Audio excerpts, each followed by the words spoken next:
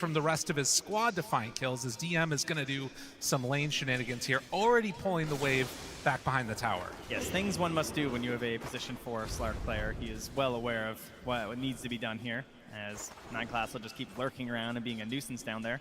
Maybe hoping to score some of those courier kills, as Steenie said, you know. Now, I have a question about this fantasy here. You know, he said that if XM plays a blue hero, he gets more points. Yes, that is true. What is Slardar? Is that close enough? Like, that's a blue hue for sure. I mean, it's a little purpley. I feel like it should count a little bit. You know what? I think it tells you what it is when you sign up for it. Okay. Well, for his sake, I hope it's at least blue. You know? Absolutely. Help the guy out. Gotta be. Mid lane matchup, as we've seen, going to be a little bit tough for the Puck, but he seems to be doing okay so far on no one. And if there's one thing you can count on in this tournament, it's good. No one is likely going to be getting the most out of his lane possible.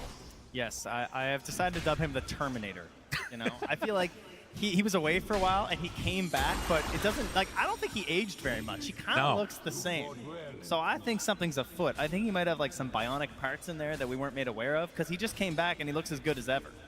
By the way, that is Courier Snipe #1, unless I missed one earlier. So we'll keep our tracks of that. Man, Astini's a genius. I mean, that's kind of crazy to like just throw it on one of your players in the tournament purely for the fantasy points, but when it works, it works. Yeah, you got to win too. Might be getting them a little bit more. But yeah, this is going to be what you see. Blood grenade, boots, grab the whole wave, pull it back behind the tower. It's disgusting, truly. And of course, that ward, as being shown by the observers as well, of course, to help you snipe those couriers, right? Makes it all a lot easier. So they've got a lock on this bottom lane. They're so used to doing this. Then in the meantime, in mid, we're going to see this battle continue on. Up top, there could be some more action going on. You can see Xingqiu contesting this pull from Ducalis, while Undying is sort of battling out in the lane with the Terrorblade. What did you think about that last pick, Terrorblade? Oh no. Oh no. Oh, he's coming for you. At least it got to deliver first. And, ooh, he's even going to get the D word on the camp there as well. Make sure he gets the block back on there, so lots of work. TB, I mean, it's a bit of a classic, of course, especially for Satanic, you know. It is always a game winner hero, right? It has so many things it can offer. It does have the opportunity to play in the early game if your team is up, which is really interesting, right? You can join for pushes, objectives, whatever you want to be there with for the meta. But of course, you've got this like mid and late game map control that comes out from Terrorblade that's pretty hard to match from many other heroes. That being said, you know, XG coming into this series, I imagine they'd probably continue their, you know, a little bit slower paced gameplay, but this looks pretty quick for them. And they have had some fast games, but this one looks like it could really get going quick if they get a good lead in these lanes, like the panel was mentioning. Oh, it never stood a chance. Does he run back down as soon as it shows? He's pretty far. No, he's hiding it. Okay, nope, there it is. We'll see if they run down. 9class instead looks like he wants to stack the camps, which makes more sense.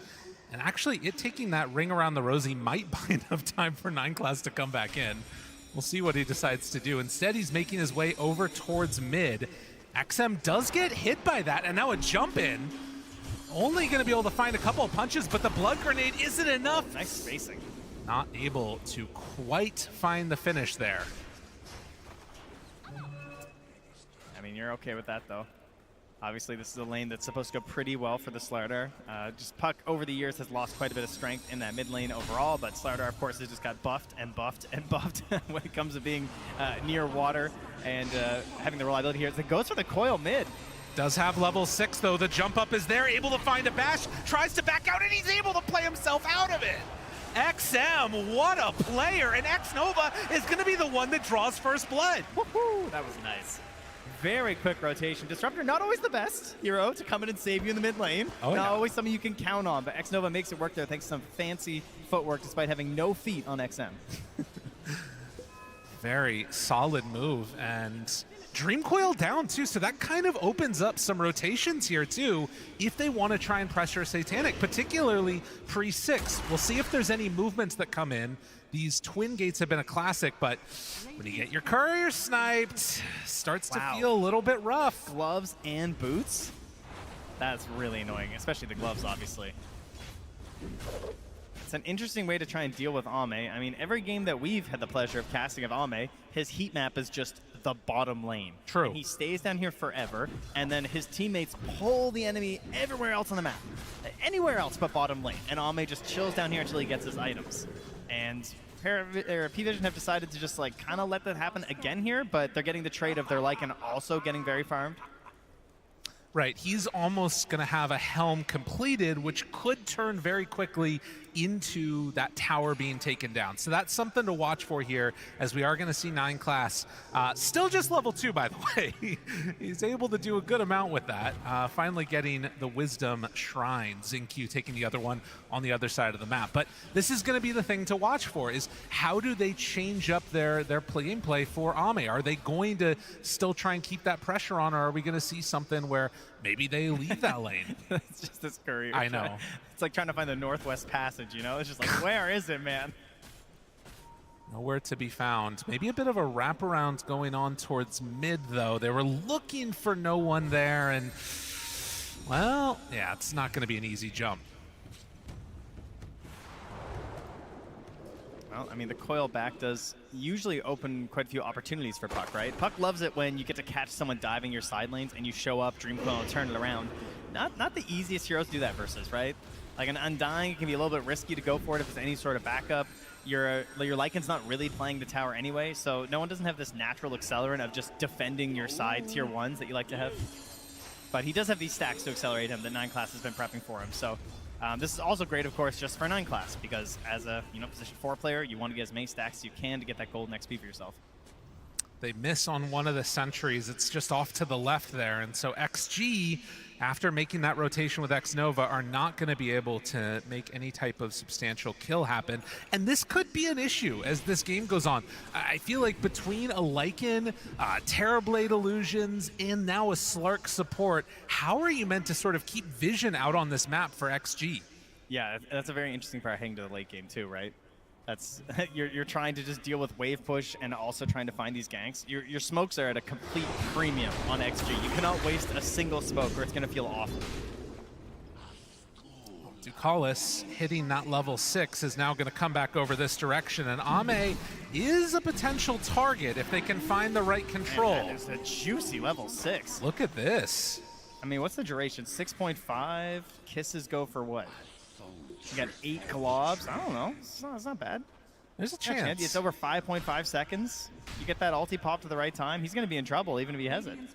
Well, they're going to realize the danger and actually leaving that little illusion there of the Slardar scouts out the gank coming their way. They will lose the tower on the side of XG as Ame tries to build into his Battle Fury.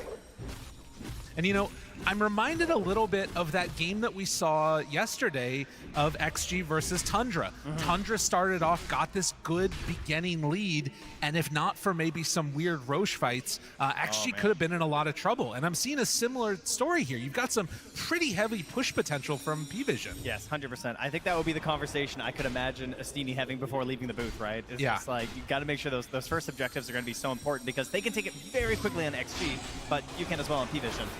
Moves. The Hex is there, already hit. XM backing out, though, and the Kisses not doing quite enough damage. They will be able to bring down Xingqiu here.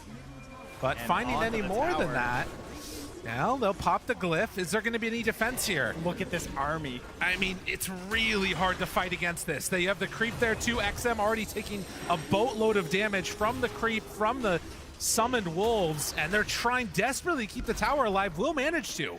Xnova has a glimpse. It was on CD, yeah, for quite a while, so he couldn't manage to pull back DM there when he was looking a little vulnerable. But they do protect their tower. And the carries just off doing their thing. Satanic's been hitting a lot of jungle creeps. He's back on the lane now with the attention put towards mid. Ame's been farming through the ancients in the bottom lane like he does every game. Tower or not, he's still confident enough to stand up here. Well on his way. And then on the other side, it's really XM. The fact that he didn't die there, I think, is really important. Working towards that Blink Dagger, almost has it completed. But do they need to do something to deal with Satanic here? I mean, he is just free farming. Yeah, I think chasing him just sounds like a bit of a problem, right? It would be nice, obviously, but when the Blink Dagger's up, you could try one smoke at him and try and go for it.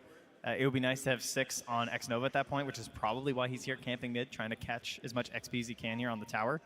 So you could go for it once, at least drop some good vision as well. But I imagine that attacking the structures could also be a solid play to go for it too, right? If you get 6 on your Shaman.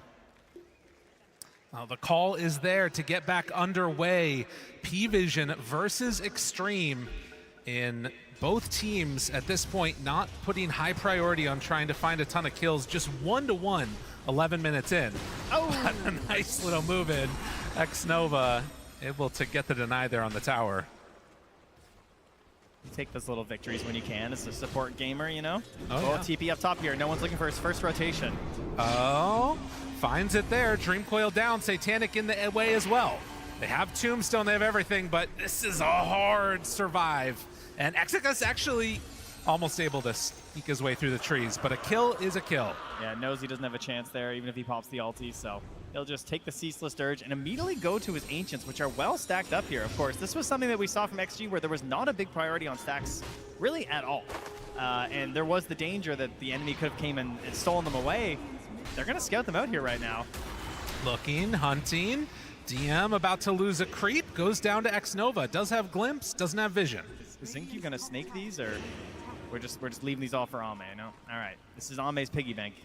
They're going to smoke it up here. So what do we have? We got the snakes. Right under a wolf, though. That's not good. We got the Static Storm. I think Zinky pinged it. So this is your Satanic hunt that you're hoping for as an XG fan right now. It didn't turn green, though.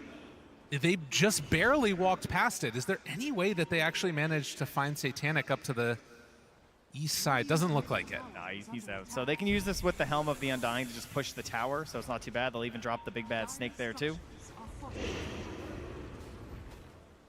I was wondering if maybe they thought he ran to the gate, but instead ran out to the other side, and they are going to cut through the twin gate. Instantly scanned by 9 class, who still walks over here, by the way. Puts a ward on the side. Okay. Like, whoa, what? Oh, he planted the tree! He did the tree oh, 9 class. It's so insulting. You sneaky, sneaky fish. You scan that they're there. You ward and walk in anyway, and then you do the tree plant escape. He's done this already, too, while we've been casting him as well. Dude, he was so ready for that. Unbelievably ready. And his ward's going to live. That's crazy. I feel sickly watching that. So we take a quick little replay. So let's sum this up for people. So you see how there's this thing called the kinetic field, all right? He's going to plant a tree. It creates a collision box with his own hero. One can stay, one has to go. Hero goes outside the kinetic field. Amazing. Breaks the game. Blows your brain just like that. It's like, whoa, I can't see a thing. Now, 3K gold lead now, and Helm Slark is done. Then you watch Slark pick up a creep. All right, I'm not sure if I'm prepared for what's going to happen in this game, Trent. I don't know. I don't know if anybody is. We've still got a Battle Fury Troll, which has been an indomitable force in this tournament, but I got to say the Terrorblade is pretty spooky in this one. You're not wrong. I mean, it's a classic for a reason, right? It gives you many choices. Ducalis nearby with 9 class DM. They know that this Ancient stack is being taken. Do they want to come and contest it? They're moving into position. Vision down. XXS, what do you have in the tank? XM is there too. It looks like they're going to back out, seeing that everybody's there. Creep, guys, that was just one Helm creep. I see another one now. DM takes away the big old He's getting so Ancient many. Black Dragon. Getting all the bounties. Like, his fire pool just destroyed so many Ancients. Now they move in, want to take that down, but Ame is a little bit too far forward, forced to pop the ultimate, in a ton of trouble. They do have control over Puck, though. Do they have enough damage to kill him? Yes, they do. The snake, it's doing work, but it's not doing enough to save Ame. And the dragon lives. Dragon's still alive. They will take out one more creep with the big snake, but this is the power of P-Vision right now. I mean, how much effort did they put into the first neutral there, and then the second one? Right? Like, they're fighting this just massive army being provided here by DM, and then at least they're able to get the catch there onto no one, thankfully for them, but then immediately losing Ame is really going to hurt their scaling. Man. Very difficult moment here to try and figure out how you deal with this, because it's really, they need Ame to kill the creeps, and even for him, it's not quick. No, it's certainly not yet. And he's going to need that defensive item to try and deal with the silence there from the Puck to ensure that he can actually play his game. I mean, usually 9 class has been going for these like early Orchids, but because of the existence of Helm, we're getting that instead. So at least that gives him a little bit more breathing room, perhaps, for Ame. 2-3 and a 4K gold lead as Undyne working towards the Shivas. That's obviously, it's very nice versus Lycan and all the units. You're going to get a lot of benefits from that. and the various healing that you're going to have going on there too. But it's not really like a game changer item. No. You know? It doesn't really change the flow of things too much. You're going to have to look to that from XM. And he's hoping to just get to his his BKB after the blink and shard. And on the other side, with just this swarm of creeps, P-Vision start to do some pretty massive amounts. I was wondering if we were going to maybe see something like a Crimson Guard out of XG for XXS. Yeah. Still could go back for it later on. Obviously, tremendous value when you've got all these summons you're dealing with and the Terrorblade illusions. Yeah, it's a bit of a hard choice for his itemization, I'd say. Getting them all eventually would be great. Yeah. As we do, Slider, at least he is really good at this, right? Yeah. Like, if there's an isolated helm creep, he can deal with it very quickly, which is something that we have seen a lot of heroes struggle with, particularly any support heroes. But being able to grab those is a nice gold boost for you, if you can guarantee they're actually going to die. Absolutely. And I mean, you can see, though, that when you have all these summons, the answer for you is just start taking objectives. And they're going to scout this out here with 9 classes creep as well. This is something that the Radiant can do very quickly as well. They have a Slider, they have a Troll Warlord, they have Snakes. Dire are not even choosing to bring Satanic. He's coming now, but they started this without him. A little bit late. XM could go for a big jump if they want, but they drop the coil to start. Backs out, kisses out. How much do they have left in the tank? XXS, there's the Tombstone down. Kinetic Field and a Static Storm to back away. I mean, there's no Ceaseless Dirge here. If he dies, he's going down. And the Dragon is chasing and not quite going to fully commit for that one.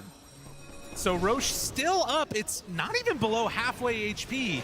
Can they come back in here and contest? I mean, Ame is not even in the fight. You got Blink Slider, you got Blink Zinq. Is he feeling a little crazy, perhaps? I don't think so. I mean, they smoke back up again, maybe trying to take a fight once this is all over. A big get, though, for P-Vision. This might be one of those hope they split up immediately after taking Roche, right? Yeah, exactly, like this. No one comes down to push the wave, and they try and catch him here because they have the Blink on the Shadow Shaman. This is going to be your answer. So Ame's going to drive him back. They're going to catch no one under the tower. Looking. Zinq, they need to get vision first. Oh, he knows. Does he? No, jump in. Hex is out, and they got him. The TP, that one probably needs to be canceled, although he did have the Aegis. Are they going to try and do something? They jump on through, 9 class, trying to keep his buddy alive, and they're able to back away on that puck. Ame caught, Cookie connects. Is there any follow-up, though? It doesn't look like it. Beautiful. Very well played here from XG. You take away all the advantages of that Aegis. In the mid lane, they're hunting a little bit onto the Undying now. They jump Dream Coil in the mid lane, finds him for a moment. He does not look like he needs to actually worry that much. Instead, Zinq, he jumps and finds the puck. Static Storm down, also connects on a 9 class. They might try and pull him back in here, but they do manage to get that kill. Back and forth we go. That's a nice swing for XG, though, right? Like, you lose the Roche like that, but then you quickly dismantle the Aegis, get rid of that as an issue, take a little free pick there onto the Slayer because he kind of has to play a bit of interference to ensure that no one escapes. Very good for them, as they're going to have to try and start pumping more gold into Ame. He is now 3rd on the board here and working his way through the jungle. Just trying to get a Manta into a BKB. Not necessarily the biggest, like, feel-good items, but it's Troll Warlord, right? As long as he gets his ulti off, he's going to have the damage. Just saw in the mid lane, while this is Ame's farm, it's also XM killing another one of these Helm creeps. It's been a really, really good answer so far, it feels like, in a way. He's still a bit behind, though, in terms of the net worth for the Slardar. Well, it is time for the next objective of Dota 2. Kind of gonna Tormentor. The Tormentor gonna go down. And easily picked up for P-Vision. 9 class now having access to the Depth Shroud. Oh, good. and that's the one that really can start to make things difficult to play around. Because he wasn't annoying enough already, so that's great. Is he gonna get another one? Oh, no, he's not going for it on XM.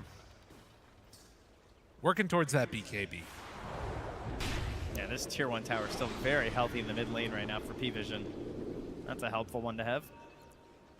Keep this big forward vision on the map right now. So one other thing that I'm a little bit concerned about for the side of XG is that I believe this is Terrorblade most of the way towards a butterfly at this point. And Troll is still queuing up into a BKB after the Manta. Yeah. There could be some timings in here where Satanic is very difficult to deal with. Yeah, the high armor is annoying enough, but paired with evasion, plus the additional bonus armor he's going to have from Butterfly fully completed, it's going to be a bad time.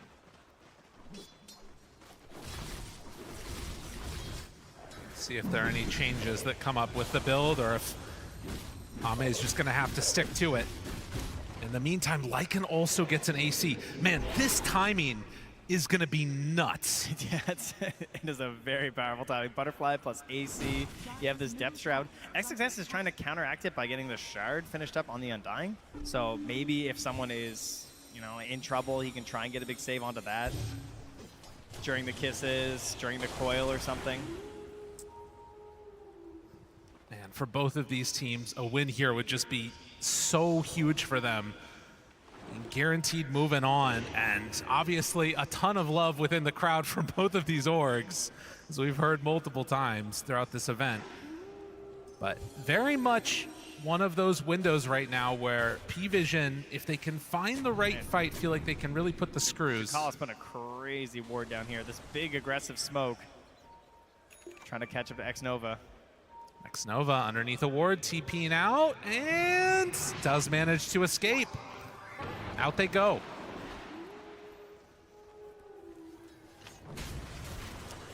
So 3-3. XXS. He's going to walk away from the team as they're going to smoke up here. Kind of shadowing Ame a little bit.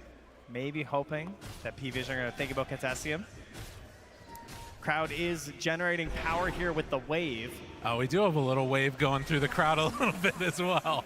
Oh, wait. A little bit of hydro power here, trying to help out. I like this. This is good. And they will take down that tier 1 tower. It's, you know, it's kind of painful. I'm not going to lie to you, just smoke for that. Unless it gets a kill in 9 class. Not quite. Because so they basically smoked to kill a tier 1 mid. Yes. Which doesn't feel great versus Slark, Lycan, Wolves, couple Helm of the Dominators. You really need these smokes to make your way across the map. But it does open things up a little bit more and just create a little bit more mystery for P-Vision so they don't have this giant beacon of knowledge in the center of the map. Yeah, you got to take that one out as quickly as you can.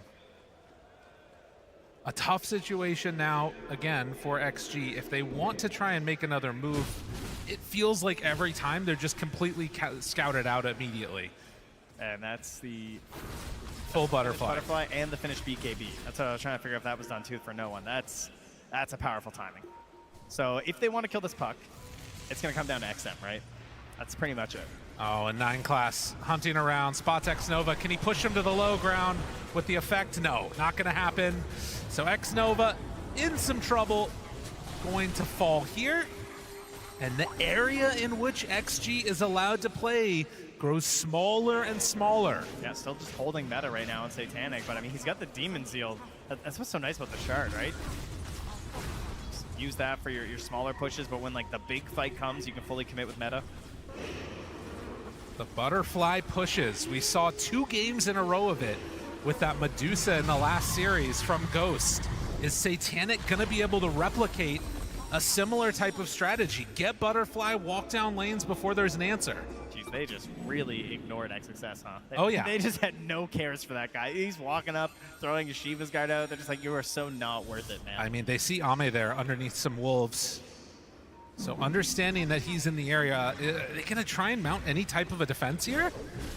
XXS steps forwards, throws out some decays, a quick little jump through, a stun onto Satanic, maybe a chance here for a fight. Okay, do they want to jump onto Satanic though, really? Slowly, steadily, Static Storm down, now a hit, a few more, but they don't have any vision, they can't find him! This walks away! Little Depth Shroud save there. Oh no! Can't get on top of him, and now, with kisses raining down, they're not doing a ton, only Disruptor has gone down so far. That was not looking good for P-Vision either, right? You see that ulti coming, you're like, oh, they've done it, right? They jump in, Satan's getting low, but then just 9 class. able to back it away with 9 class. There's a reason this is his signature support hero. We did see that Leshrac ban that the panel was talking about that could have been a solid fit for this, taken away in that final stage. You think about how different this game could have looked if they were able to get a hold of it. It feels like there's no winning, though, because it also just feels awful to commit so much in your draft to this thing. Yes. It's like roaming 4, you know? Like, you have to think about all these other matchups that are happening in the game. There's a reason that he excels on his heroes. So, another couple of towers taken. There's still one more tier 2 tower on the bottom lane that XG are trying to hold on for. And, well, XM actually going to get jumped on again. Xingqiu is nearby, able to find a Hex onto the puck, but the Yule Scepter lift up. There's not an easy way out of this one. The crush, but the damage, it keeps on coming. Satanic with the amplified damage destroys XM. Yeah, and with that meta pop right now, he is going to annihilate this tower. They're thinking about marching on here. I mean, what's the answer? You don't have much on XG. I mean, with an amplified damage, who could resist this? I mean, this is an easy step up. And, you know, you think about other games. Where's the Magnus? Where's the tiny toss back? There's nothing here to defend this high ground right now without fully committing. The Tombstone is down. That's gone in an instant. XXS, no answers, and Satanic is too damn big. A full set of racks done, P-Vision. They are not playing for the late game. No, and there's no chance of a chase down here either from the side of XG. They're going to be able to back away as P-Vision, reset, and 9class, he's going to know there's a ward here as well as he steps up there. But it just means that they can back away, reset, go to Roche, set up there. And the side of XG, they're just waiting, right? They're waiting for Ame to get these items to feel like he can maybe do something. And he's going to need the most perfect fight as Troll Warlord here, set up by his supports. Can they do it? I mean, you're still looking for another couple items on Ame before he finishes off that MKB. He's going to have to go with just the Demon Edge now.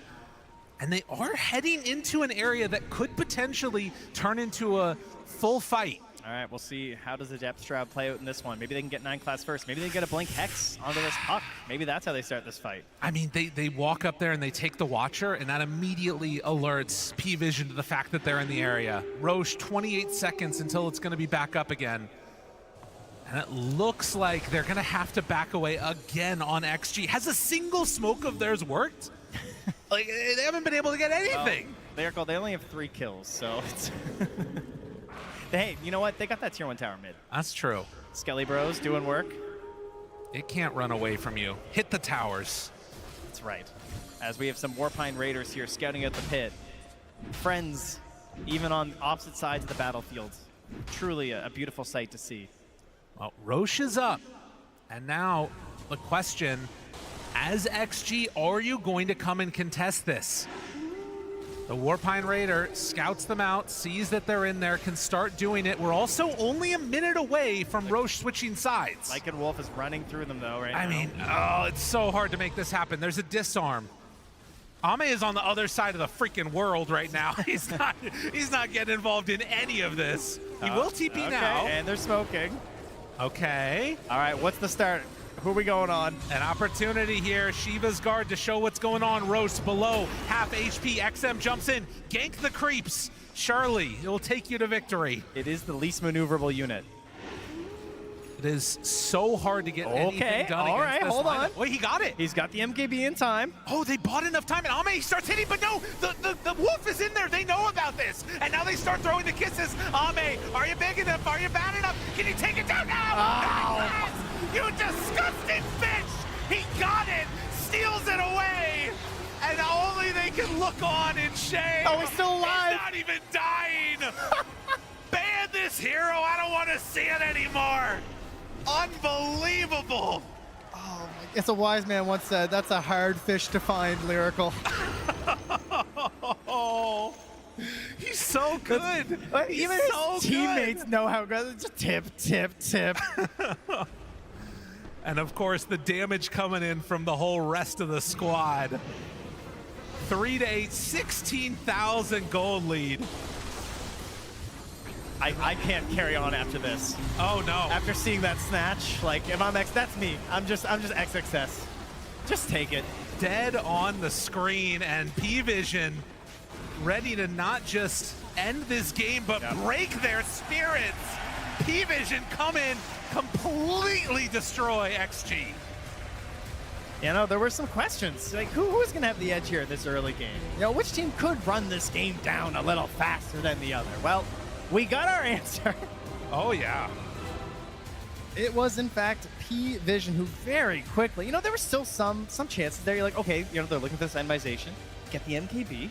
Maybe Ame can get that perfect fight. Troll Warlord, a hero that's obviously had some pretty crazy games so far. He's not doing too well today. No, it has been a bit of a rough one for the troll picks indeed. And I think some of it is just this answer of these like agi carries that are coming in, buying a butterfly, and just walking high ground. And we've not seen answers to it. I mean, oh yeah, there they are. Oh, they're ready. They're feeling it. The crowd is into it, feeling the love for the P-Vision squad, and still a lot of games left to be played, but that was a statement. There's still a loud segment over there. The XG fans, I know they'll be back. You know, game 2. There's of course some chance to regroup here, so we'll see what XG can try and find. I mean, they did change up, I would say, a little bit from their more common game plans. Like again, they've had some faster games, but this one looked like they were really trying to hit something a little bit quicker, and it did not quite pan out for them. Man, what a freaking amazingly dominant display from P-Vision as they take game number 1.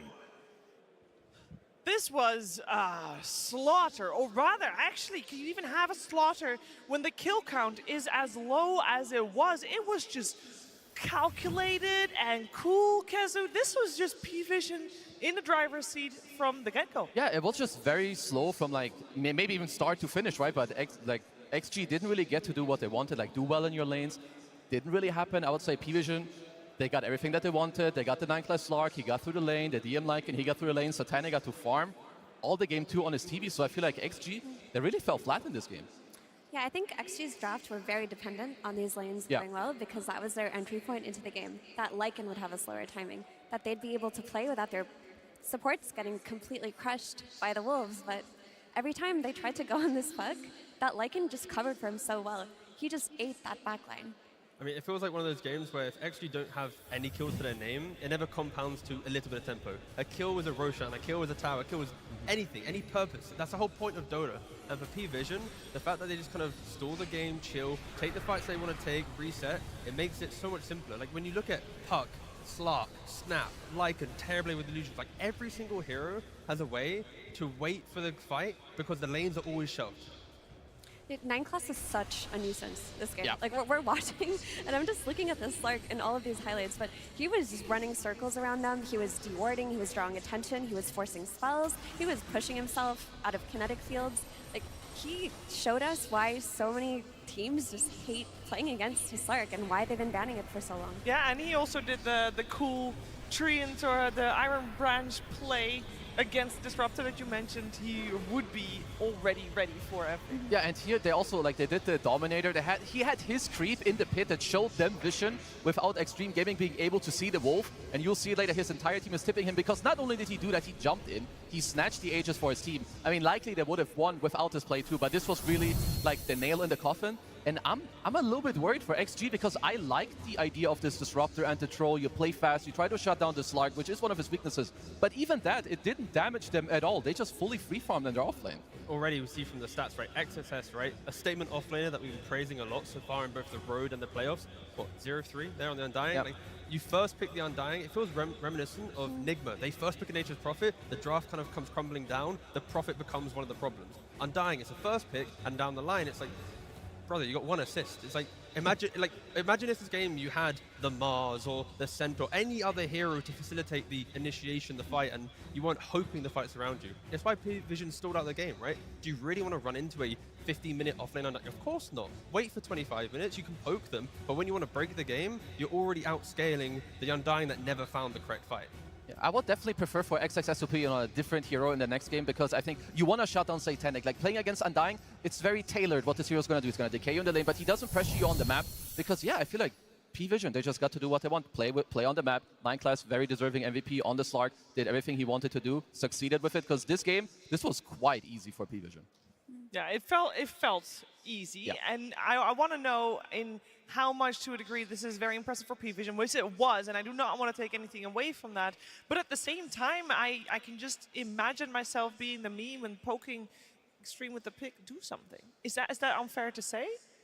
I mean, maybe a little bit, because I think like something happened in the lanes. I didn't quite get to see what happened, but their safe lane with Troll Disruptor not going this well, not being able to play through there, and also the Slark 4 making the first move to help no one mid to like pressure XM. I feel like there's a lot of things that didn't go how they had planned that then made it harder to then do what they wanted to do.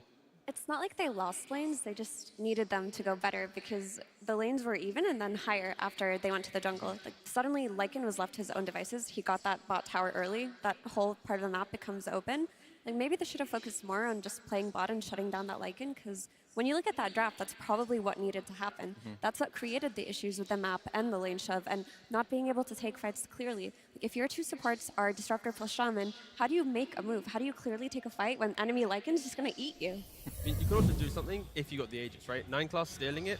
Sorry, but there goes tempo as well, right? Like you take that gives you so much more. Like this just going here, if you go to the draft, you wanted to shut down this Lycan, that's what you picked for, but look at the GPM, look at the net worth at minute 7. Lycan is about to have his helm completed, he's 600 gold ahead of the Troll. Like this is what, you know, Troll and Disruptor, they want to win their lane, they want to play forward, you want to go through the gate to your offlaner. We didn't see any of that. So P-Vision did some really cool stuff in the early game, they must have, because otherwise you don't have this net worth in this matchup. It is impossible. I mean, we heard how confident was Just better. how confident Estini was and his Lycan players. Like, you'll see why we have the superior Lycan player. And I think actually are going to think to themselves, let's not give this hero away. It's creating too many problems. Shutting down lane is not enough. We might not even do that, if anything. Yeah, and then Kezu, there was one moment where we already thought it was going to be over before that last Roshan fight, when we did see P-Vision pushing high ground for the first time on that bot lane. Yeah, I just do want to show like how nicely they do it. Of course, they are up 10k gold, but so the thing is, it's just such a low kill game. Like it's 3 versus 6, but you have the amplified. Like look at all the buffs. You have a Solar Crest, you have an AC, you have the Thunderhide hiding below, and everyone else they're just making sure. Satanic, he just pushes on his own. He even puts an illusion. Give yourself the vision. So if you're extreme gaming and you find yourself in this position, like what do you like? Look at this tombstone. You can just feel the frustration. You just pop it in front. I mean, Satanic, he's just gonna snag it up. They take the 3 racks and they chill and go back. So if you're extreme gaming, this is the type of moment that you cannot let have happen like this easily. You need to do better early on in the game. Yeah, that was some free real estate coming out for P-Vision. And it does make me wonder that if a game happens like this, and it's, in terms of kills anyway, a stalemate, what do you do? Because someone is going to get ahead from farming, and do we feel like already Extreme knew that they were getting out-farmed Tikov? Was it the nature of their draft, potentially? Yeah, I mean, I've already mentioned the Undying, but if you want to have a stalemate game, you need to make sure that at the point in which the stalemate breaks, the fight is easy to follow through, right? With a Lycan, you have the backline, the puck, you have a jump. Undying, it's like you need kills to feel good. So again, I want to repeat it. Extreme, coming into this next game, I don't want to see them first pick an Undying. I don't want to put themselves in this position where P-Vision can identify that a Slark and map play means you will overcome the aggression. Like, Undying's very predictable, very strong, but predictable. You cannot be this predictable. It felt kind of easy mode for P-Vision in the draft. Maybe a big part of that also is just having XM on Slardar mid. He is one of the best Slardar mid players. We've seen him play it a lot over the years. But when you think about the heroes he's typically played, that he's shown on this tournament, it's like the Queen of Pains and the Leshracs. He has carry ability, he has pop-off ability. He's not just there to enable his troll or set up kills. He's something that can get a rune, rotate to XXS's lane, make pressure on that enemy safe lane, open the tower. His hero just did not allow him to do that in this game. Yeah, and we must remember that for this first game we had, it was Extreme that had first pick. They went for the Undying. The answer coming out from P-Vision was the Slark. And we thought maybe Extreme's got good plans to deal with this hero, but it seemed like 9 Class had quite the field day. Isn't that right, Purge? That's right, Shira. Yeah, he had a really good game for sure. Fantastic game for Slark. This was a hero that was very popular with him 3 or 4 months ago. It actually got the hero nerfed, but what the main little refresher for what it does, you get vision. Now you know when people can see you, basically using a buff on your little bar, so it's very easy to kill observers.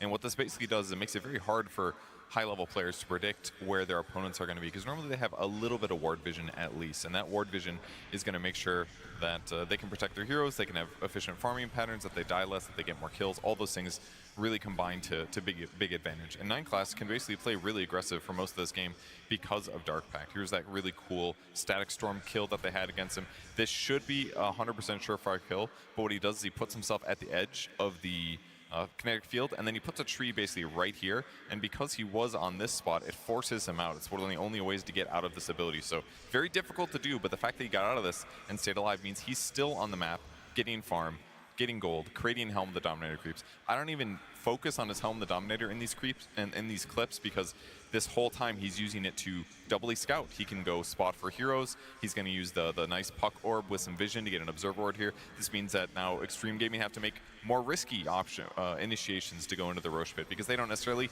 have vision of how close it is to dying. That Centaur dies before it gets close. So ultimately, P-Vision just gets advantage after advantage, knowing that they're going to be able to start the fight on their terms. In this case, Slark escapes once again. Just a cascade of things that are really, really effective for P-Vision. They even get the shard, luckily, which worked out extremely good as the game continued. But before that, take a look at this map right here. Look at the vision that they're forced to play with. Extreme Gaming basically planting these wards. These are the ones that all these 2K MMR players plant when they're losing the game. Not high-level players, but they felt they had to do it this game because there's a Slark. He's going to be able to find those wards if they're somewhere else on the map. They're not going to be able to protect them, and then they don't even get ward vision anyways. So very, very difficult for them to play, but definitely the most crucial fight, I think, was this one here, where they got the BKB finished on Troll. They jump on Satanic on the Terrible, and take a look at the vision from Extreme Gaming side. There's the Hex.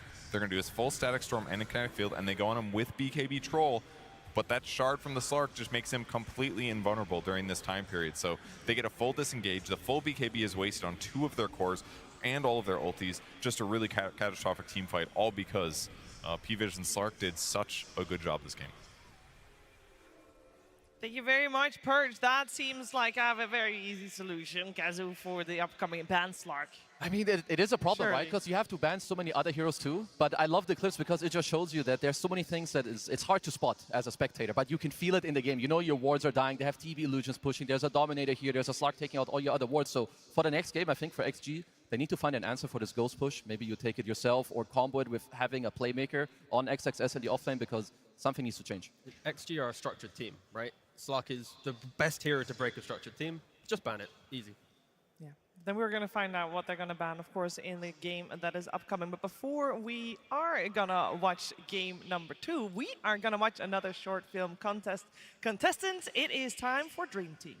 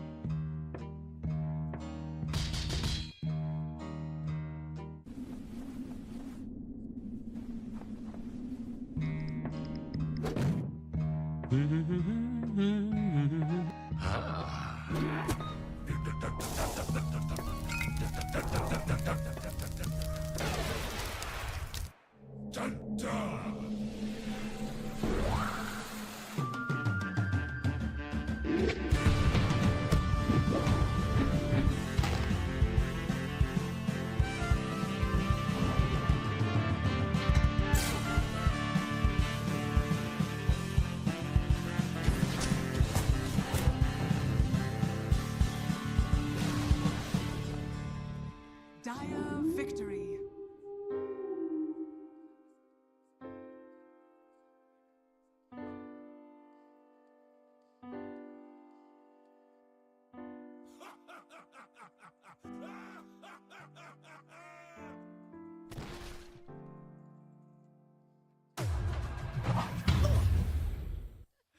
Thank you very much for that one. Another contender, of course, will be keeping them coming the whole weekend. And in the end, we will be having a champion, the best one. I hope you you have your favorite one in mind already. In terms of this series, we had our favorite in mind. And I think it was a little bit split in the panel, which normally insinuates, okay, the series might be fairly even, T-Gov. That was a grim look for game 1. Yeah, pacing is just critical. And I think P-Vision, they were a little bit, it felt slower maybe in the road. And at least in this first game, it has shown that they've changed that a lot. Maybe Extreme weren't expecting that. They weren't expecting P-Vision to be as fast-paced on every hero. And when I say fast-paced, I don't mean kills, just to be clear. I mean the speed in which they scale to which you don't really want to fight them, right? Because again, you might think, oh, it's only 6 kills in 20 minutes, but the way that P-Vision just choked the game out with, Purge highlighting the Slark, the way that they didn't overplay their hand, these are the things that stop Extreme ever feeling comfortable. And we've identified multiple things, right? It's the mid Slardar, it's the offlane Undying. There's very clear things to improve on for Extreme. I mean, I underestimated, because I favored XG going into the game. I think I heavily underestimated the ghost push and what is going to happen if you don't do well early on in the game. So that's what I feel like. I don't know, Effie, do you feel like there's something else that we missed that they should change for this upcoming game? I mean, for XG, I think they just need to draft teamfight as well. There's no way. It was a very one-dimensional draft, which works if your dimension happened, which was you stomp the lanes, you shut down the Lycan. If that doesn't happen, what's your re-entry into the game? They didn't have that plan B. And I think making a plan B is quite simple because they have really wide hero pools on their players. It's not like they're one-tricks on XG. Like, instead of having a Slardar mid, all of a sudden you can have an incredible damage dealer in Leshrac, for example. Instead of having an Undying, what if you have a Centaur who can set up kills for you earlier on? What if you have a Mars who can play with the Leshrac? Yeah, and just go down that path. And even with developing that, when you think about the bans, we spoke about, Slark ban, Monkey ban. Imagine in a lot of those clips that we saw, or if there's a Monkey support there, without the Depth Shroud saving the Terrorblade. Like, the game's so different, because as much as we hype Slark up for the Vision game, the save is insane. Yeah. Like, unless you have AoE damage and a way to burst, again, like a Leshrac or something, that has to be respected. I also think the Lycan is a big problem. Like, this hero, to me, was the really big problem here because it stopped so much of their potential playmaking. Like, I mentioned it a few times already, so I feel like I'm really being annoying about this point, but when your supports can't comfortably enter a fight and disable heroes for you, unless you have disable coming from anyone else on the team, you can't make plays. Yeah, it also hurts you twice as much when you actually pick to shut him down, but then in the game he's like, no, he's like top net worth, you lose the lane even though you're supposed to win it. Because this is not the type of game we usually see from XG, but at the same time, I have to praise P-Vision, like also for their bans. I believe Mars was taken out early on, like maybe also forcing like something else happening. And I believe the Leshrac was also last phase ban. That is a hero we did want to see. So if you're XG, maybe you need to up your priorities on a couple of these heroes. Maybe you 18 pick those. Try to get it early in the draft before it can get banned out. Because, I'm just looking for a new game to also make sure that, they should feel still very great, like the way they got here. They're an incredible team. So show it to us in the next game. But they have been in this position before, right? Against Spirit, they had the same style of game where it was kind of low kills, Spirit kind of hit that stride, shut them out, and then they adapted, and they won the game free to win the 2-1 in the series, right? So it's not as if this is the first time a dominant team has been winning every game and then, wow, a slap in the face, wake up, right? Like, they've been here before during the tournament, so I am expecting them to have the correct adaptations, and of course we'll have to see it in the draft. But what adaptations are you creating? Because one of the points that we were making was that P-Vision, they have a lot of different styles. If you're adapting to their Ghost Push style, their Vision style that they played last game, they can bust out easily one of their cheese drafts. I mean, in the time they have, minus Slark, everything's then playable. That's how I see it, because again, you don't have time to adapt to everything, but with how much you've done, like how regimented they are as a team, if you have Slark on the enemy team, you're asking to lose. Like, XG will never beat this hero. The way that I see them playing and the map state, if XG play into Slark, I just don't see them beating it. Well, this is where experience might come into play for Extreme. I'm sure there's been plenty of talks on how to adapt in game number 2. Of course, P-Vision only one win away from being top 3 here at the International. Let's see if they can do it, or let's see if Extreme has been able to figure out what to do next. Extreme Gaming versus P-Vision. Game 2. This time around, we did change it up a little bit. We got Extreme still on the Radiant side, P-Vision on Dire, but first pick going the way of P-Vision, and that means Extreme Gaming gets overall last pick, and we do have some adaptations. Slark left in the pool, by the way, but we do have a change up with the Monkey King making it through. This was one of the bans that Extreme went for in the previous game. They get their hands on it now, and an answer coming with the Disruptor from Extreme. They looked so good on their Monkey King yesterday. They played it 4, and it's very similar to Slark in that it will provide vision. It's going to buy that helm, give you that ability to push lanes, and also just roam the map early on. And if I was going to pick a hero that's more problematic between the two, right now I would say it is Monkey King, because the flex to core that exists on Monkey King is much stronger than the flex to core that exists on Slark. Based on the draft position as well, opening with Monkey King is stronger in position. Like, you want to react with a Slark, so I can see why, because Extreme is second pick, they didn't ban out the Slark. I fully respect that. They might, again, down the line, but based on this, it makes full sense that Monkey's available. I would also say that both teams should be happy because, like you're saying, Monkey King is the same archetype, and I agree with the flex, especially against XM. Sure, he has a couple heroes that would be good against the Monkey King mid later, but you can also band us out with the Lashrak again. We touch on it. This hero is very strong. Would like to see that on him, but I still like that they do go back for the Disruptor. Like, it is still the idea of what you want to do against P-Vision, it's still there. I feel like there was something in the lane and some of the execution where P-Vision just really had their number, so the fact that they run it back, I'm happy with it. Will XG respect Lycan with the single ban they have available? Yes. I hope so. I mean, they could have this idea to run maybe Disruptor plus Ursa instead of Troll, because Ursa will play on an earlier timing on that Troll, and they won't be locked into farming for 20 minutes of the game. Yeah. No, I like the point of banning it. I believe it's also somewhat set up. You did take out the Beast and the Enigma in the first phase. From their side, they do only have one ban that they're able to throw in on this stage, so you kind of set it up to be able to only put it on the Lycan to secure your lane. They also pick out a phase. Just kidding. So potentially they want to get their hands at... No, they don't. They want to get the Storm Spirit. Potentially that can be an answer to a dog that's running wild. Catch and lockdown is always nice in a draft, and we've seen how a lot of the Spirit heroes, if you have the player that wants to play them, they don't care about picking it blind, right? And here it is. You have the catch to pick off the team fight. Sure, pacing, P-Vision can still run at you whilst your Storm's coming online, but they have the team fight that we want to see from XG.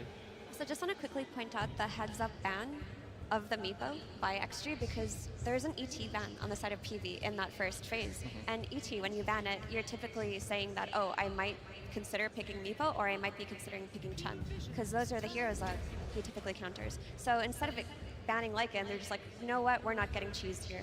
We're taking Meepo out completely. No, I like it a lot. And this hero has looked very scary in the right hands, right, of specific carry players. You have Satanic, obviously he plays it very well. I like the Pugna pick quite a lot here, like when people get glimpsed in, you want to save them. Also, Net Award, super good against these two heroes, so you keep yourself topped off. So for P-Vision here, you kind of want to decide, I would assume you just kind of jam your mid hero here. You see the Storm matchup, I would say you know what's coming. Make it easy and simple. Let's say this is your 4 and 5, right? The Monkey being 4, the Pugna being 5. You've got Pugna with Decrep and Life Drain. You've got the Monkey with the Boundless Strike Shard to be able to jump out. If Storm gets onto a support, if you don't kill the Monkey, he's jumping out. If you don't get the Pugna, he's going to Life Drain something or Decrep himself like this. These two supports aren't instant food for the Storm Spirit. Like, they're making the game somewhat complicated. Secondary jump with the Storm would be nice, or just some kind of follow-up range damage to make sure that they're not in that situation where they can re-engage. Yeah, we've seen how they played both Invoker and Monkey King with first item Dominator. Yep. So we are now already expecting 2 Helmet Dominators in this game for P-Vision. That will be lanes getting pushed out, and XG, they need to find ways to shove waves cleanly. Disruptor doesn't do it, Storm does, but you need at least, I think, 2 more heroes so that you're not forcing the obvious that one guy has to go and do it. Like, it needs to be your entire team naturally doing it. I would say what we're looking for XG with what we've been saying too, in my mind, you want follow-up damage into your Storm jump, like maybe with the 4, GQ's hero could be what the Snapfire himself, or maybe a Hoodwink. I think there's something else you could look for, which is maybe SD, but I think your support duo isn't the greatest. I like Lycan a lot here. It's good against all these heroes. You rush Nullifier against the Pugna, good answer. You have the Global Howl in the nighttime also to make it easy for your Storm. I like what's happening here. And then you get the follow-up damage from Hoodwink that just came out for that Storm Spirit. So when he is jumping this backline, they make sure they can kill the targets they go on. I have seen this before. Yeah. If you're able to shutting down Lycan in the early game, it matters so much. Like, sure, you have 2 Wolves and a Dominator. Do you think Brood is going to care about this? You're all single target. So yeah, this pick is very nasty. And normally when you have Broodmother, you kind of want to play away from her webs unless you're really strong. But now when you're playing away from her webs, you're going to be running into 2 lanes that are shoved into you. You then eventually push them out, and all that time, Brood will have that additional item, that additional kind of resource. So it is a really toxic lineup from P-Vision where the map play is just exceptional. It's what they're doing so well to make sure that they are, close to being top 3. Maybe it's a little bit weird, but what would you guys think about actually putting Ame on the Lycan and you pick a new offlaner, like Magnus? That can deal with the spiders a little better. Or do you just put the Lycan in the lane, it's like, okay, bro, you do your stuff, you buy your helm, farm your jungle, and you give Ame, like, the absolute win condition? I wouldn't mind a carry that could also just twin gate. So when Storm gets 6-minute room with a carry twin gating, you just collapse on the tower, take the tower with the Lycan, and then you can play more traditional game. But that is an option for sure. Just I would personally prefer Ame just on a You give him standard the Ame 24? hero. Yeah. Because a game comes to mind from recent times but I believe it was the EWC and it was a Tundra game, and they were playing offlane Lycan versus a carry Brood, and we were worried about the Brood outpacing the Lycan, but the way that Lycan was able to play the map, it made it so that they were just trading map play, and eventually Tundra did get the win. So it's not like this Broodmother will completely catch the Lycan off guard. Like, both teams do have map play. But if there ever was a time for it to happen, I think the Lycan flex to carry, Army taking it, like this could be the game. In all the other games, probably not, but they need a Brood answer. A simple one, not one where it's like you need level 12 and 3 items. It needs to be a early game answer to Brood that can then just follow them around the map. What is an answer to Brood? Is it like, oh, I need cleave in the sense of like a Sven type? Or what kind of answers to Brood? I would say you want like someone that can lock down the area of where the Brood is in, and killing spiders is kind of what you're looking for. It could be your Magnus. It could be an Alchemist with Acid Spray, Rushing Radiance. You play fast with your other heroes. It could be an offlane Tidehunter for all I care. Like just team fight building block. It can also just be as simple as a strong laner that isn't dependent on high cooldowns, because carry Brood takes advantage of high cooldown enemy lineups, because every time they're using these big spells, she's taking the entire map afterwards. She's just running at their team. So what is the DM hero here? What do we feel like he wants to have? And I would say maybe someone that goes in. Sure, you have like your Brood. Satanic is going to be incredibly big. He has Alacrity. You have the map play. Maybe they could look for like a Centaur or a Tide themselves. What do we feel like he's looking for? I was kind of eyeing Phoenix, but it's banned. Yeah, it's banned, yeah. They need more reliable lockdown, I believe, for the Storm Spirit, because we're talking about the Brood and everything, but there is the issue of the Storm Spirit on the enemy team. If the game does go too late, your lockdown isn't there outside of a Boundless. They just go for the Centaur. Gives you an early stun, gives you save as well.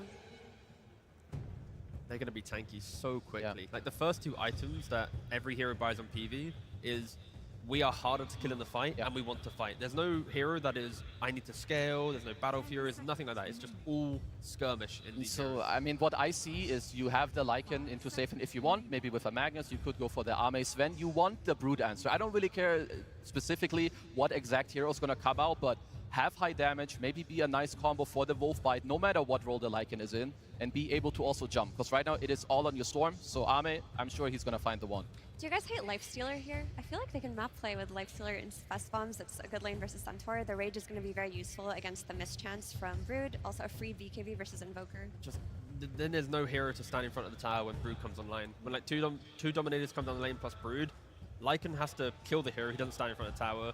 Storm, Hoodwink, Disruptor. Like there's no one right now going, don't worry guys, the aggression's coming. I will weather the storm, and then you follow up after.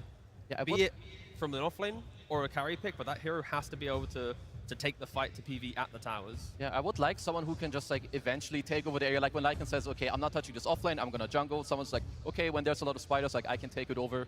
Radiant Spire, whether it be your Sven, Alchemist, like whatever. Because for now already, I feel like XG are set up nicely to give themselves like more kills on the map. You have more playthrough with your 2 supports, because last game, I think Jinkyu, he ended the game with like 1-1-1. This is not a stat you want to walk out of with on the stage. You could reference any XG player in the stats, don't you? Yeah, it's not pretty. Yeah. Yeah, that was a rough one. We'll see if they have a better shot this game around with the last pick, Bristleback. Now, this is fitting into the category of you want someone to go in and stand there and take everything. Kind of does that job. How are we feeling? I know you're looking a little thoughtful there, Effie. I think it's good. Like, it's a good pick here. It's something that can play into whatever lane Brood is on. It's a low cooldown hero, which I was mentioning is very important. You can't really be cooldown dependent versus a Broodmother lineup. And with that BKB, it's going to be quite strong. So it definitely fits the bill for XG. Okay, no, he's just going for the Feeding Frenzy facet. Because against big heroes that have regen, like Alchemist and Bristleback, you sometimes go for Necrotic to go for the minus HP regen. But I do think that Broodmother is just going to go for Feeding Frenzy and play normal. But that could have been an option. Ame took Snot Rocket. He might stick with it just because like maybe they're looking to play like minus armor is quite good against Centaur, and you have it from the Lycan too. Maybe he wants to play for more minus armor to then get more damage instead of having Seeing Red, which is what we traditionally see from the carry Bristle. Oh, he switched, thank Yes, God. he did, yeah. I was going to say, if he stayed on Snot Rocket, I was going to bet against him. He would have been the first one playing As a carry, Snot Rocket this entire event, but so far Seeing Red is selected. And the main question I have, we talked a lot about how P-Vision, they look like they have got good tempo setting heroes. Can Extreme answer this tempo? Do they have what it takes? Is it going to be similar to game number 1, or do we have an entirely different paced game on our hands, T-Gov? couple mistakes and P-Vision just fully run over the map. But at least they have an answer to Brood. Is Bristleback strong enough to beat an Invoker as well, plus the all the other layers? Like Bristle is good to be Brood, but everything else, it's scary. This is still very scary for Extreme. I like their game 2 draft here. Yeah, I me think too. they have good map play. I think they have strong timings. They also have a really great pick for XM, very different than last game. He can scale, he can do a lot in that early game. And they're going to have that nullifier on Lycan, which will go a long way this game. I'm very happy that they just have more tempo that they can play through. Like you said, with the nullifier, with the other stuff, you have the Bristleback. I like what actually have. All right, let's see if we can make that game number 3 happen. It's all in the hands of Extreme, or potentially P-Vision will be your first top 3 team. Before we head into the game, we're heading to the stage where Slacks is standing by with Zawei. Absolutely. Thank you so much, Shiver. Mr. Director, Badao, don't laugh, all right? I did it right. Okay. During the international, the road to it, we had very long games. It was kind of a drawn-out meta, and you guys excelled extremely well at that. That was a pun. But now, things have kind of changed. Faster games, different kind of heroes. How do you think the meta's changed, and are you guys going to be able to adapt to it for this game? 那八岛就是想问你，因为感觉在国际邀请赛之路上呢，当时很多场比赛时长都非常长，节奏也相对来说慢一点。现在到了这个正赛舞台上呢，就感觉快了很多，英雄池也有点改变。就想问你，你个人感觉是为什么，以及你们战队是否有做出适当的调整呢？因为打到淘汰赛以后，队伍的实力就越来越强，然后大家的侵略性都越来越强，然后我们需要慢慢的去适应。 然后这一场，所以我们选择一个 M1平时玩的不多的英雄来试一下。 Well, as we progress into the international, the teams are stronger and stronger, and every single team has a strengths, have their secret weapons, have their heroes that they specialize in, and it is something that we absolutely have to adapt to. I mean, this game right here, Bristleback, it's not a hero that Alme has been playing a lot recently, but we have to pick it just to react, to respond to what the opponents have. Thank you. What thing did Dong, by the way? As I was watching your drafts there, I did see that you let them get their classic support Monkey King and they had a Brood. You had a lot of issues to solve. Do you feel like you solved both of those issues with this draft? 那目前就是 PP 战队呢，他们也选出他们的玉母蜘蛛以及9 class 的这个大圣。那相对于就在他们的 PP 当中，给你们出了这2个难题，你觉得你们的阵容是否就是能够应付这些问题呢？这些我们之前赛前模拟 BP 都讨论过，然后不管是蜘蛛还是米波这些英雄，包括他玩的听歌，都是我们都有聊过的，所以也在做针对。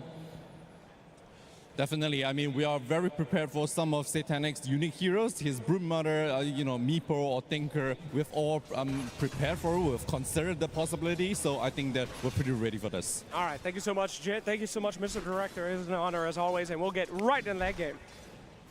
Thank you so much, Slacks. Indeed, a lot of questions coming out right there as we get into this game number 2, Trent, and it is an unlikely pick that they run at the end, that they had to do at the end, an Ame Bristleback. Yeah, as you just heard said in the interview there, he's only played it 16 times in his career, which, I mean, for Ame is not a whole lot. The guy's played a lot of games of pro Dota. And last played it 4 months ago, but yeah, it's a response, right? It's what you have to do. You have to find some sort of an answer to this Broodmother, or you're going to have yourself a very bad game. Back in the day, you used to have to run them in the same lane, was the idea, because the spiders used to come out so much earlier, but these days the spiders don't come out until level 6, so we might see this rotation where XXS starts farming elsewhere, and that's where you'll see the matchup where they'll start just like forcing Ame into the direction of Satanic.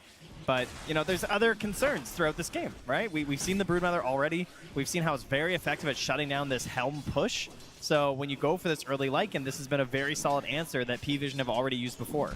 Well, and furthermore, there's this other problem, and we saw this during that road to the international playoffs where P-Vision were kind of backed up against the wall, were trying to find a big win, and they ran this Invoker with the Broodmother in response to the Lycan and just completely ran over the game. It's sort of insane how quickly this zoo formation starts building up and taking down your towers, especially because they even have the Monkey King building a helm in these games. Yeah, and then they just went on a tear, right? They played like, I don't even know, like, I think it was 5 out of 6 games where just now no one Invoker. Like, he just started playing Invoker every single game after that, win or lose. So he's definitely gotten his practice in so far this event on the hero. I will say that it is going to be a little bit of a different look this time, as it's XG with the Lycan scouting out everything and making it harder to find an initiation or an opening, as XM also on a hero that he is very comfortable with, the Storm Spirit, playing out of the mid lane, going up against no one. He's also shifted, at least from some of the games that we're watching, in terms of the facet as well. He's gone for the Galaron using the Exord rather than the Quas build that we had him doing in some of the games previously with the Ice Wall build up eventually. Early TP. Oh, 9 class trying to make something happen maybe up top here. Is there? That tree's looking a little suspicious over there, I gotta say. Yeah, they see him. So that is not going to turn into anything, I don't think. This is the life of DM, you know? You just, your monkey, he just leaves, but you're a center war runner, right? There's a reason they picked this hero. I think it was a great pick for the game. Don't die immediately as I'm saying that, but it just gives them a little bit more control. It gives DM someone who is sustainable, survivable. You can at least get something at this laning stage, and you're going to open up a lot of opportunities for 9 class to do 9 class things. And in this case, he's going to give a little back to DM. You know, sure, I left for a little bit, but I'm going to make a nice little double wave for you. It's going to come to that tower. I got you covered, big buddy. Yeah, that actually is pretty nice now. So this at least ensures that the waves are shoved out a little bit more than they would be otherwise. Now, Xnova does have some ways to play against this. With the Glimpse already online, will force back the tree, dodges the damage at the point it landed at. And even if he dies right here, which I don't think 9 class is going to, it still is going to be fine because it will be a double up wave that shoves to the tower. Yeah, so I thought he was just going to go for the shove. He just draws the line, says, I'm coming. I'm doing the long walk, buddy. I'll meet you there. Another thing that is very frustrating to play against as Ame, but as a bristleback, he might try and go and connect this, and this would be a big problem for DM. They're pulling the wave already over, and he is going to draw at least one away. So this is not easy. Yeah, modern problems require modern solutions here. I'm trying to figure out what to do. As the wave pushing underneath the tower, and Ame thinking about, oh, do I go into a pressure? Do I hit all these creeps? Both are kind of nice. Everyone is like slightly better at dealing with this thanks to all the helm creeps. What is happening? They're pulling this one over. They don't draw aggro onto the creeps, it looks like. Oh wait, no, the creeps re-aggroing? Okay. I think 9, oh my god, he stacked it too. That is just gross. I can't believe he stacked that camp while doing that. 9 class is truly miraculous. Very fired, but not going to be brought down. No one does not have Sunstrike invoked. Could go for it. Xingqiu trying to play aggressively forward. Does he have enough damage? It doesn't look like it. So with 4 stick charges, no 3 one was seconds. safe. Wait, he scanned? No. It's too late. Okay. Yeah, it is way too late. That doesn't feel great though for XM, having to walk all the way back to base there. 9 class, hurting, dropping low, and with the glimpse back, Xnova gonna draw first blood, taking down 9 class. That's 2 games straight, I believe he's gotten that first blood. Yeah. So another good start for Xnova, but he's not going for the tree play this time. I noticed. Yeah. Didn't feel it. Thought it wasn't quite worth it. The branches are a little more valuable in the early game. Doesn't want to give it up quite yet, perhaps. Be an expensive death if you die while also losing one of your branches. Yeah, true enough. All right, so, Helm Watch here. We got, 3 coming out, I believe? Is that right? We're going to have 1 on 9 class. Oh, sorry, it'll be 4, right? Because it'll be 1 on 9 class, 1 on no one, 1 on DM, and then 1 on XSS. Do you think Ame gets one? I don't think so. Oh my god, Ame's going for a Battle Fury on Bristleback, actually. That is not something you see every day. Modern problems, modern solutions. Oh, Satanic in the meantime gets dove. All right, there. We love to see that. Little squish on the spider. Able to take out Satanic early is something that you definitely want to see if you are an XG fan. They're coming alive. I hear them. They're recovering after game 1. They say 2-0. That's like going to be half the kills of this game. That's true. We're already crushing. They're ready. So the Wisdom goes over to Xingqiu, while down bottom it's going to be 9 class picking it up. Ducalis spots Xnova, and that ward is immediately going to get taken out. So XG getting control of the vision here. And this is the benefit. Like, think about how many times we've seen teams just run at Ame and try and knock him out. You're not going to do that against a Bristleback. No, that's certainly true. That's, I mean, he's he's gonna be looking like a lot of his other games, though. I gotta say, he's gonna be in the same part of the map. He's gonna be farming, like he's going for this Battle Fury. He's gonna use it in combination with Seeing Red. He's gonna have all this big damage. It is an interesting way to do it. But a little bit of a change-up, deciding to go through the gate now. And with the Disruptor nearby, this could be an easy kill. It looks like they're just gonna make the move to secure the tower for the moment. We'll see if X-Nova is able to find and hunt down Satanic there. It doesn't quite look like it yet. So yeah, Ame just moves on in. Gonna take down this tier 1 tower in the top lane, and this push that they're building, it's gonna be a little bit tough to deal with. I mean, he's only gonna miss a couple creeps down here anyway. Still gonna get back for this next wave coming in, so not the worst rotation. Even if they did just abandon the tower, he kind of guarantees that's gonna happen. Snags the last set on the way back in with the Quill Spray, and he'll just go chill back in his lane as 9 Class tries to pull it in, but it's just more farm for Ame. Now one, Helm done, Xingqiu nearby. With Ducalis also, and everybody sort of converging to this lane together, it doesn't look like P-Vision are in a great position to fully come back and defend this yet.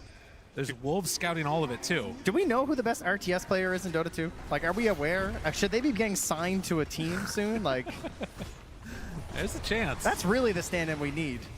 Absolutely. All right, XM backs out, tower down to about a 3rd HP. Every push does it a bit more. 9 Class only level 4 on the Monkey right now. And are they going to make a push of their own? The Helmet's definitely possible, but it's hard if Bristle decides to TP in. Yeah, he is the wall, right? He can just like pop on in, make sure stuff slows down. I mean, we're imagining some sort of an issue where perhaps he has to match up with the Broodmother, right? Where maybe Brood starts getting these kills at level 6. She's hunting down some individuals in her lane, but not quite there yet. No. As the wolf howls in the arena, XSS will continue his push into some spiders. A bit of a gank set up here on bottom. Ame gonna stack up. Now, this dive underneath is pretty crazy if they go for it. I think they need the Sunstrike.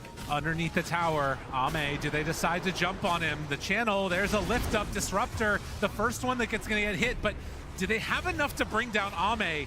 I don't really think so. This guy is hard to kill. And at the same time, while this is happening, wait, maybe a minute, fully surrounded by 4 heroes, Ame, they jump onto him now, trying to blow him up. Where's the TPs? Ame living for a while, but not long enough. Yeah, I thought you might need Sunstrike, like if he got help, but they just decided it's a lost cause. They say, whatever, can't deal with it. Let's just take the mid tower instead.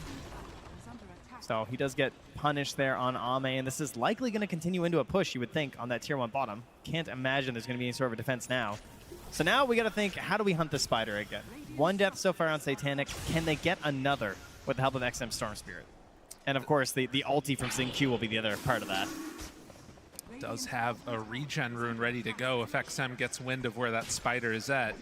No Orchid yet done, but is building towards it on Satanic. So something to watch for there, as 1 component is already completed. Still nursing this 2K gold lead. XG feel to be in the driver's seat a little bit in spite of that death on Ame. Yeah, I think his Battle Fury is coming out right now, so not bad, right? You take that. 12-minute Battle Fury, obviously standard for Bristleback. I am curious to see what the numbers are. Pretty sure it's the first time that's bought, but we'll see. 9 Class tries to get out, and will be able to. If it's an annoying hero to play against, 9 Class is going to be on it. You know that's true.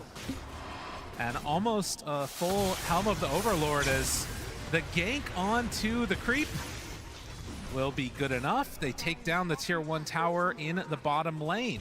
Xingqiu spots Ducalis, can't quite hit with the bushwhack there. A little bit too far away on the low ground, and Ducalis is the one that takes the Arcane Rune. Xingqiu in some trouble. They heal him back alive. It's not going to be enough to keep Xingqiu up, and instead it's going to be the Pugna trying to run away from XXS, but the hit's there. And it's enough to bring down the Pugna. Support for support. Okay, just a fair trade there in the mid lane. They did indeed finish that tower afterwards as Ame backs away with his Battle Fury towards the Ancients. He just looks like he's playing Troll. Bought for the first time on this hero. For this tournament, shocking. It's such a... I want to see what he gets next. Like, I have no idea what's going to happen, but he is the most net worth in the game right now, despite that earlier death. I want to see a big Ancient stack with just the Seeing Red. Like, I want to see what it looks like when he just goes at it with his Battle Fury. I mean, he's going to hit hard. It's a pretty cool hero for him, I feel like, in a way.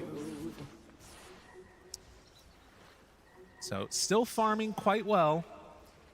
They are losing a little bit of the pressure that they had earlier on the top side of the map. And now 9class coming in to pick up some Lotuses for himself. It is going to be a Sanjin Yasha, indeed. Yeah, he's going to go for the Sanjin Yasha, and the Howling Wolf, I imagine it's probably his responsibility on XXS to get the Nullifier this game, right?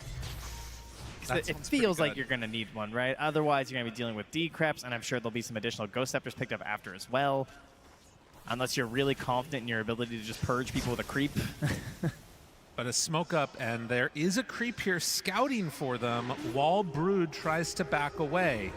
I mean, if XM jumps in here to an Orchid, this could be a disaster. Thinking about it, goes Satanic, pulls him back in. No, that's the Orchid, but they get the glimpse. They got what they needed. Find the Brood with the Sunstrike, and then they stampede away. That is not the way that was supposed to go at all. They destroy the Storm, and, well, are they going to be able to fight into this? Satanic actually getting hit there by the tendrils of the deep. Jeez. You know, sometimes the best defense is a strong offense. That's right. So you get jumped on, you just throw an Orchid and a Sunstrike and say goodbye to your mid laner. Wow.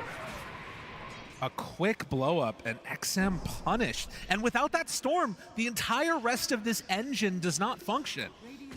It's just like, it's a house of cards. It just falls immediately. Like, you all just retreat back to hitting neutral camps the second Storm isn't able to jump on someone for you right now. You don't have the levels or the items on anyone else to provide that same ability. And XXS, you know, as kind of expected, because that's what he's been doing, he's going Auras. He's not going for that Nullifier, which is why I brought it up, because I didn't think he would. So I wonder just how much value you're going to get out of this decrep this game when you've got Ame, who's, you know, now moving in towards a BKB next after this Battle Fury. He's actually abandoned the SNY, at least for now. A lot of strange itemization that makes sense when you think about it a little bit. Storm Spirit now, after getting the Kaya, is trying to build into a Manta to help deal with the Orchid.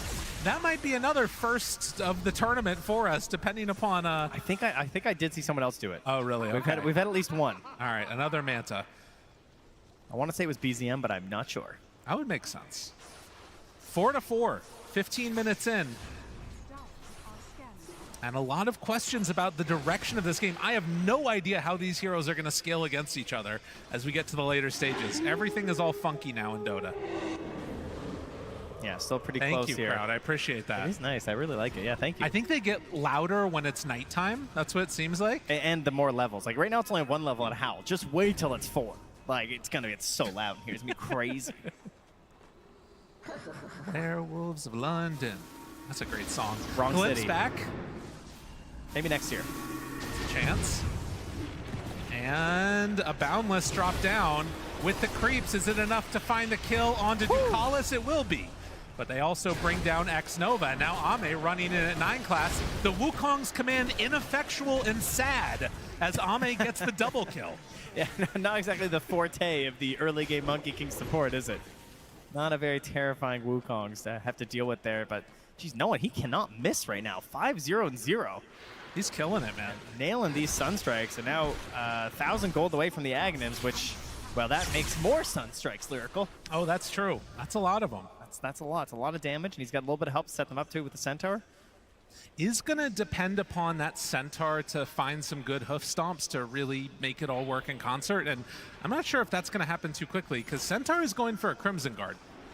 Finish the pipe first, has the Crimson queued up next. DM just wanting to be a big body. This is why you have 9class, right? He's going to be giving vision. Oh, hello? Yep. Goodbye? No problem. Yeah, he'll be the one just like giving some vision, letting them know what's going on, and just going to rely on Stampede instead for initiation as XM jumps out of that one. Good decision. And Ami standing right and running right into them. is going to have to deal with an issue there, which is the Quas Invoker. A lot of team fight out of him, and Ame pops the BKB, but he's already so low.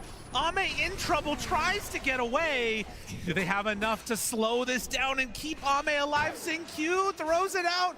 Needs a bushwhack to stop, but the hits, they keep on coming. Satanic can't chase anymore, and Ame knows the limits of his hero, apparently. Able to get away from this one. They decide to go back in. X-Nova off the side. Static Storm down. It only really catches onto one, and as the chase continues, trying to find this finish, the Sunstrike hits! Ame in trouble! Ame low! Ame, get out of there! Save Private Ame! He's got to run, but there's nowhere left to run. They get the finish off the back of another beautiful Sunstrike from no one. It's just the confidence there from P-Vision. They just know they don't have anything to stop us. We can just keep on chasing. So many times that's the moment where it gets turned around on you. Like, they're going upstairs into a Bristleback who's already survived so much, and they just don't care. They recognize there's not enough damage here. They don't have an answer for us. We can just run them over. Very strong performance. And again, it's still only 1,000 gold separating these two teams, but look at all these summons they have to deal with. Because XM's getting like 400 gold right now as he kills summons in the mid lane. That's why it's so close. That was 243 gold for killing 3 of those, so it is a bit of an issue for P-Vision. Keeping it close by virtue of feeding away gold. And the other thing was, that, to me at least, Ame getting a bit too big for his britches there on the Bristleback. Well, you know, he plays against it all the time, and he's like, every time they do this to me, I'm fine. They're fine. Yeah, exactly, right? I mean, now you can see he's the one who has to go for the Nullifier now. Oh, yeah. Which, I don't know, doesn't feel that great to me, I'm not going to lie. But someone has to do it, so he's going to be getting it. The problem is that you get bonus damage and movement speed per stack. You don't get attack speed. So, like, he's adding all this flat damage, you know, but it's not that threatening, you know? Right. Just as a count on what he's getting with the combination of Warpath. Eventually, if we end up seeing XXS go towards an Aghanim Scepter, maybe that's something that can help with it. Already has the AC done on the Lycan, so...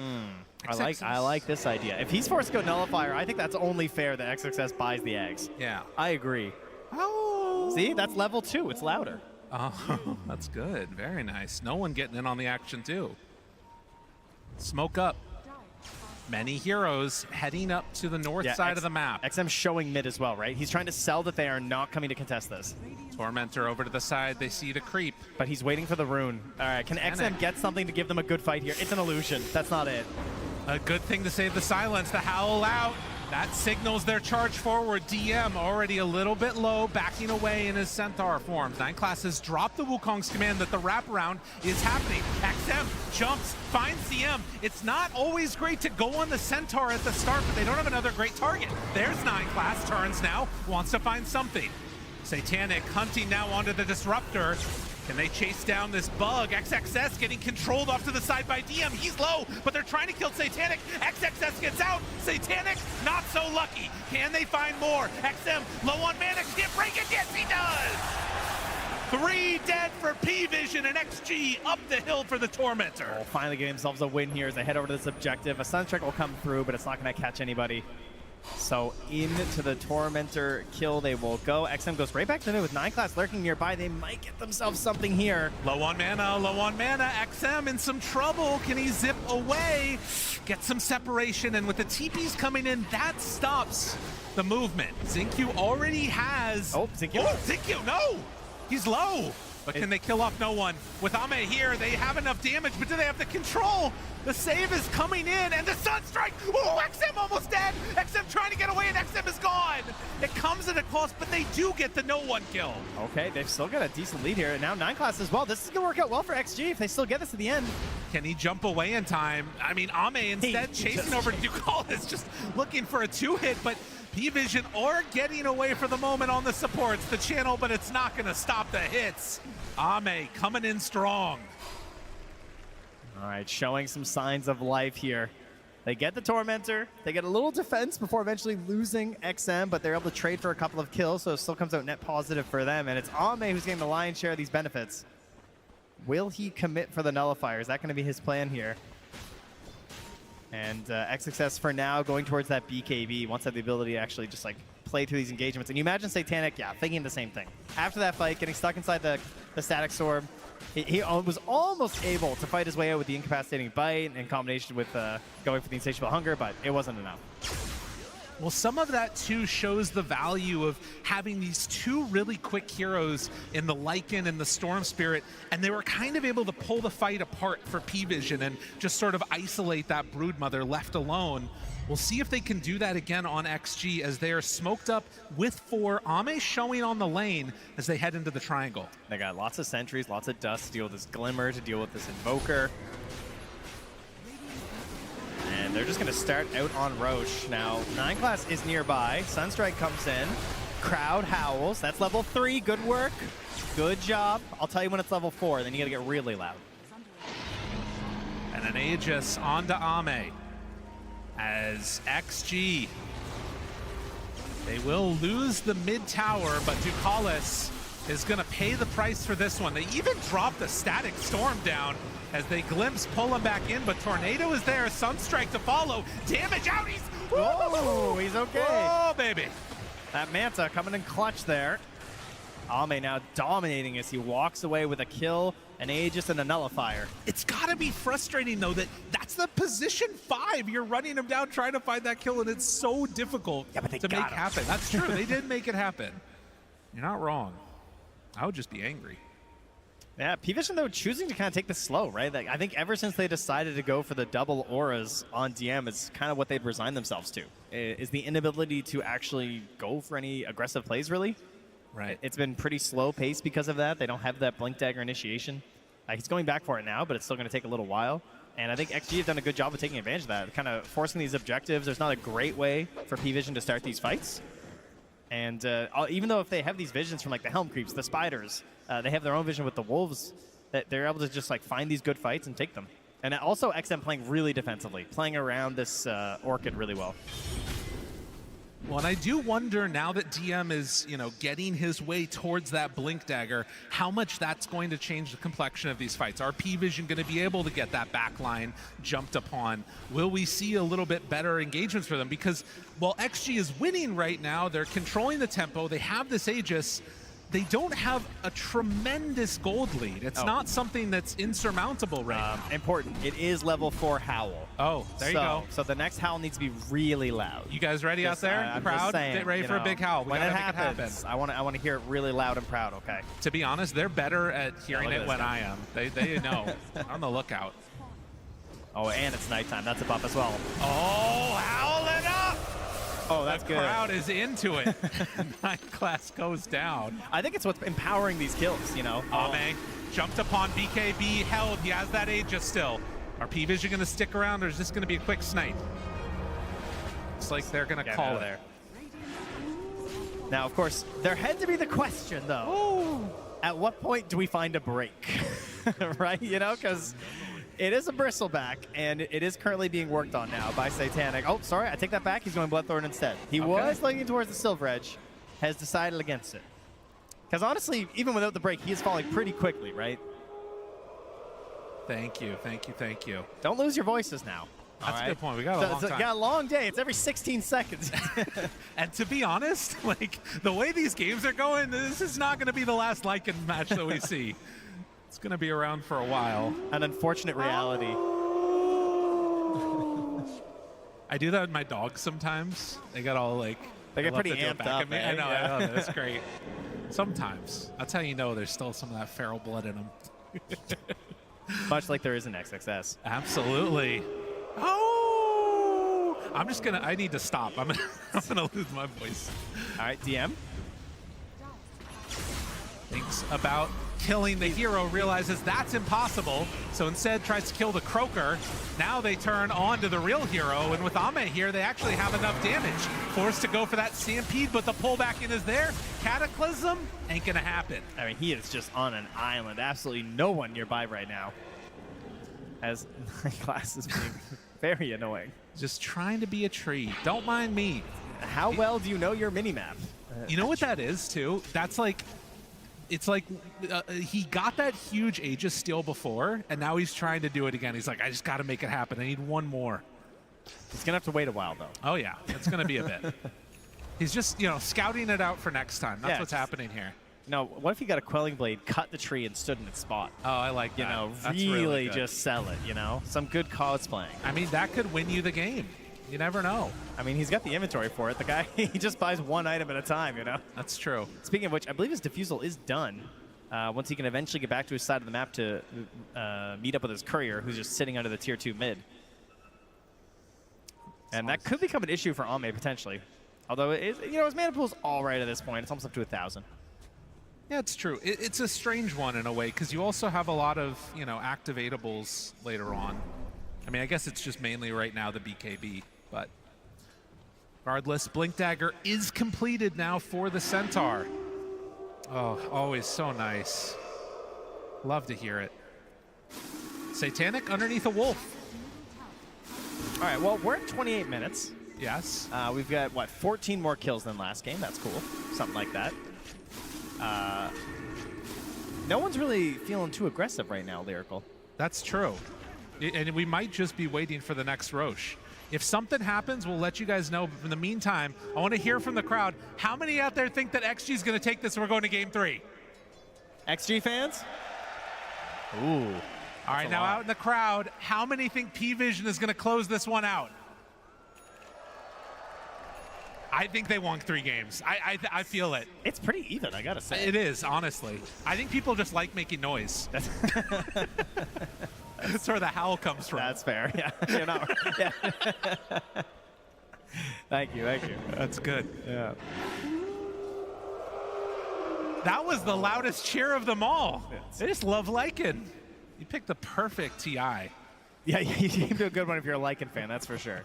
Ame's looking to change the game. He's going for the Abyssal Blade. He's almost got the recipe done. That, moving into an engagement, plus the Blink Dagger on DM. We got a couple different ways that these can now start. P-Vision, again, they're starting to play the Vision game, right? You're trying to battle up against this Lycan. You've got the gem. Oh. This monkey. Satanic? Okay, no, they're just ganking spiders. And remember, that's still his 9-second BKB, so you don't want to waste this on anything too bad. I think back to, again, that interview that we had this morning with Tundra going out and talking about this idea of what these top teams are doing, which is either taking risks or not taking risks. Yeah.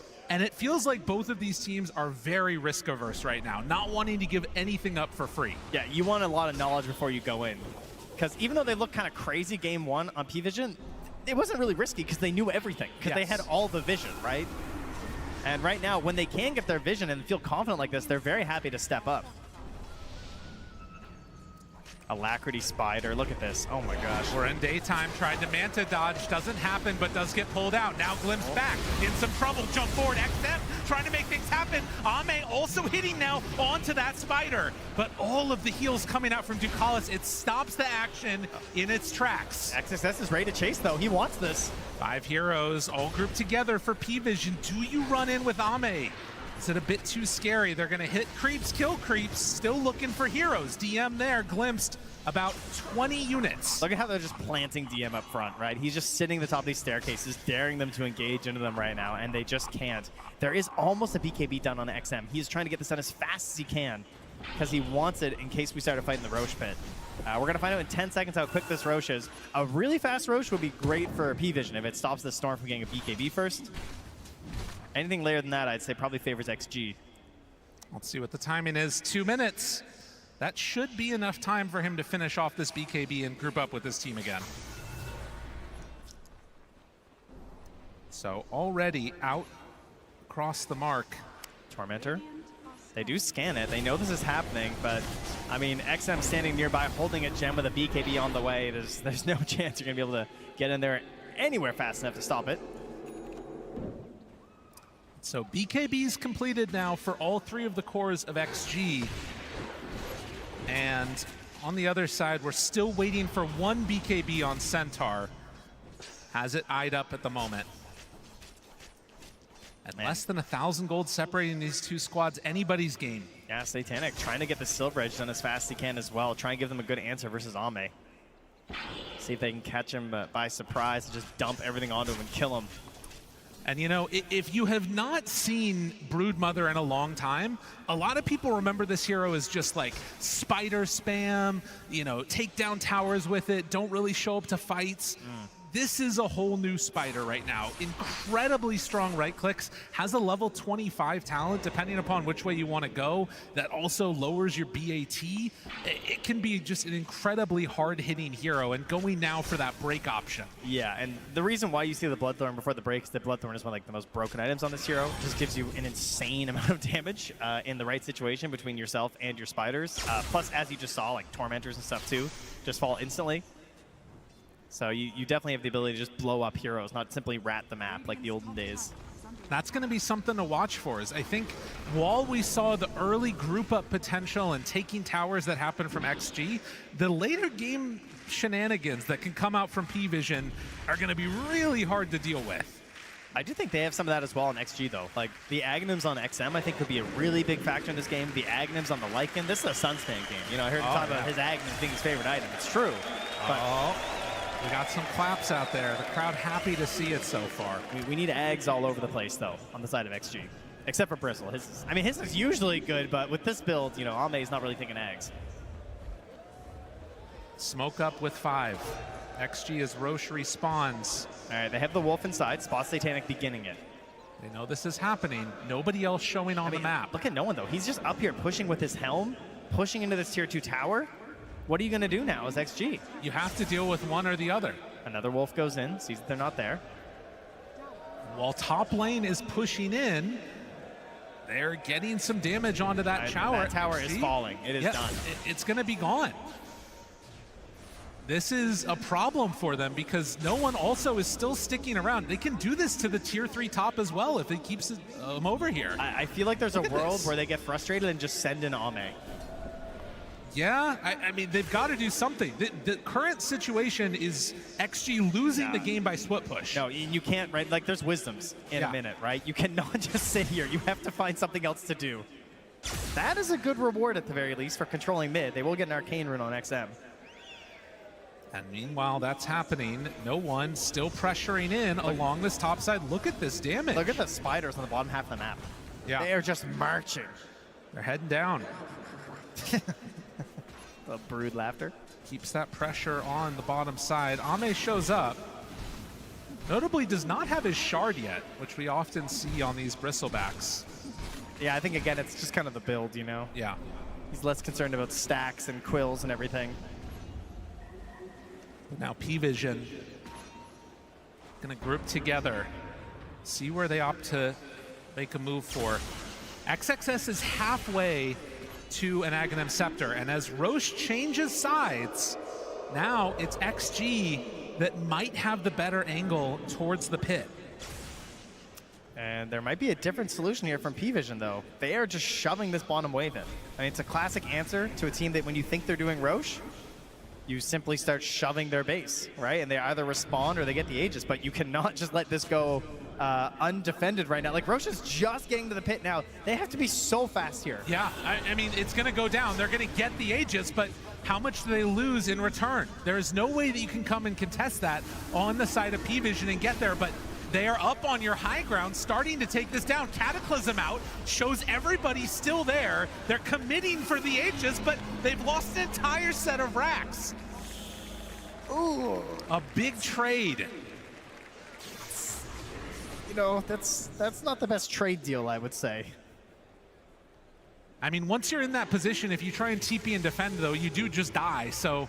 Oh, yeah, it's true. There wasn't really a great answer at that point, was there? But regardless. Wow, 100 FPS. I wish I could get that. I was going to say, Jesus. These my players. golf clubs don't fit in the back of my Corvette. As they will go for a quick disconnect and be reconnecting in just a moment. Yeah, I mean, it's a tough situation, right? Because the ideal spot is that you are not having to make that choice between one or the other, but they had to commit, and that meant that, of course, you're going to lose your racks. No other great answer for them right there. So demotivating when that happens, though. Oh, yeah. Like when you're forced to take such a bad trade. I mean, I don't think it completely matters a ton for them because they still have, like, you know, a great team fight potential. They're going to get the Ags soon on Lycan. There's a lot of answers they still have here. As Brood reconnects. We're 36 minutes into this game. P-Vision takes the first lane of racks. but not pulling meaningfully ahead. What are the item tidings that you feel like either team is really looking to abuse here in this one? For me, I'm looking towards XM getting some sort of a solution, whether it's the Aghanims or whether it's the scythe that he's looking at. I think one of those two items is massive for him, but he's a ways away, unfortunately. Oh, actually, no, no, that is his real goal. Never mind. Yeah, he's a ways away, unfortunately. Lycan, also, he is going for the boots of travel first, so it also means the Aghanims is pretty far away, but that's because he has to deal with this bottom lane now. It's likely the reason he has to go for this. Right now, XG look like they've just fallen a little bit. You know, they've tripped. Okay. It's going to be a while, I think, before they're back up to itemization. It's going to make these fights feel really good, unless the fight somehow begins where Ame is like in the thick of it and wailing on somebody. Because if they actually secure their target, they don't have, you know, there's no depth shroud this game, and they've got the nullifiers on 2 heroes now to deal with this Pugna. That's true. And a decent way for them. Oh, thank you so much. Love to hear that. It's just like, it's revitalizing, you know? A little bit of a post-pause moment here where everyone kind of forgets where people are on the map, so kind of move their way back a little bit here as we start crafting into that next round of neutral items. Ooh, got the Pyrrhic Cloak here on DM. Okay. Seems like a pretty good answer. Obviously still has to run into issues of the BKB, but once those are down, can do some good work. Ame seems to love Satanic. They miss go-to items. Multiple abilities onto Ame. And he is just going to walk this one off, obviously still hanging on to the Aegis. Perfectly comfortable with the current state of thing. And actually just Satanic's back up. I guess it's on a low enough cooldown. But I guess with this Aegis, there is this other thing that you could do on XG, which is just walk at buildings. We'll see if they decide to do that or if they're going to play it a little bit safer. I'm curious what 9 class does. He has 5,000 gold. He has a BKB queued up, but I don't know. I feel like he's going to go spicier. I feel like he's going to like buy a scythe or something and try and break one of these fights if he can get away with it. For now, he's just jumping ahead, bringing creep. Look at this. They have 9 classes creep and DM's creep in the top lane, just grabbing these creep waves up here. Meanwhile, XM is at the base catching the farm there. They're pushing in through the mid. So they are successfully dealing with this a little bit. They also just don't have X success. So I don't know how far this push can really go. Wow. They planted the banner. I mean, he's got his boots of travel, so it's a good thing he's not found by the Monkey King. He can get here. Drops everything down. Ame low, not dead yet. He dodges away, but is eventually gonna die. Wait, he didn't get a BKB! Didn't pop anything. The storm is gone, and now Ame, he's in the ice wall. What has happened? This was not the way this was supposed to go for XG, and Ame just stuck here to the side, forced back away a second time. I believe he was not supposed to get hexed. That's probably the issue there. Oh, jeez. As no one just catches him out, and that's the end of his life. You remember what I said about taking chances, trying out new things? The BKB reaction from Satanic. And in the meantime, 9 class jumped in, but immediately had to stop. Ducalis is already gone, though. Ame, can he survive through this? Oh, the hit Satanic, he takes him down. Does so much damage. And while 9 class might be chasing, he's got the creep right on Xinq's back. And the squirrel is going to be brought down. The Hex reaction is there. XG, they don't know what hit him. Yeah, the fight ends just the way it started. Just a little sight there from no one. And kind of turning this idea of XG, thinking they can force something, into a whole lot of problems. And they just got Aegis, and now they're walking up to high ground, and they don't have Ame. He's supposed to be the person standing out front, stopping this push from happening. 60 seconds before he's back up again. I mean, they might need to buy back on the hoodwink. Actually, I don't even know if that stops it. I certainly don't think it would. Oh, no. P-Vision open up a tremendous hole here in the defenses. Ame 1,800 gold away from buyback. I don't know if you would have wanted to anyways, but it shows what happens when this P-Vision lineup gets a victory. They immediately can start running down lanes. I think the good news for XG is that there's so much gold on P-Vision, I don't think they want to push this right now. Static Storm, Aghanim Scepter is done for the Disruptor. Can they find the target though? They need to get something. Static Storm down, they got him. But do they have the damage to kill? All the heals are there. It's not going to be enough. They take down Satanic. What a masterclass there from X-Nova, who will be punished now. XM in the meantime gets hit this wide. They do have buyback on the Storm. Ame TP's right in the middle of all of them. Forces back P-Vision. What a hold. Yeah, can't get the grab either there on 9glass. He just leaps out of the way there. So things looking okay for a little bit, but then they immediately killed XM and kind of taking the wind out of their sails on any hopes of that being a valuable defense. But the game goes on. That is the good news for them. But as mentioned, there is a ton of gold right now on P-Vision. Like a crazy amount of gold. Everybody's going to get an item. So we see this replay. This was assembled at the last second right before this fight. Ag's Static Storm. A massive way to actually finally deal with Satanic here and get a bit of a streak there on XM, which was great until unfortunately 9glass puts down this Wukong, zones them to the side, and with the whack there, just double Sunstrike into the kill for DM, getting a double. Too much and too quick. And 16 to 15. Can the Wolf Bite solve it though? Could that be it? The Were Bristleback. I mean, it's been such a weird little initiation because it feels like XG have just been making these little flubs where they get out too far ahead of themselves, they don't anticipate the Hex, and then somebody just gets blown up in the fight. And I think that if they can get an actual fight going their way, it still should be okay, but now they're 12K behind. Every fight gets harder. Tough situation. P-Vision standing tall in this, up one game, looking for a top 3 finish. If they can manage to take out one last set of racks, and a couple of those towers, they'll have access to the Ancient.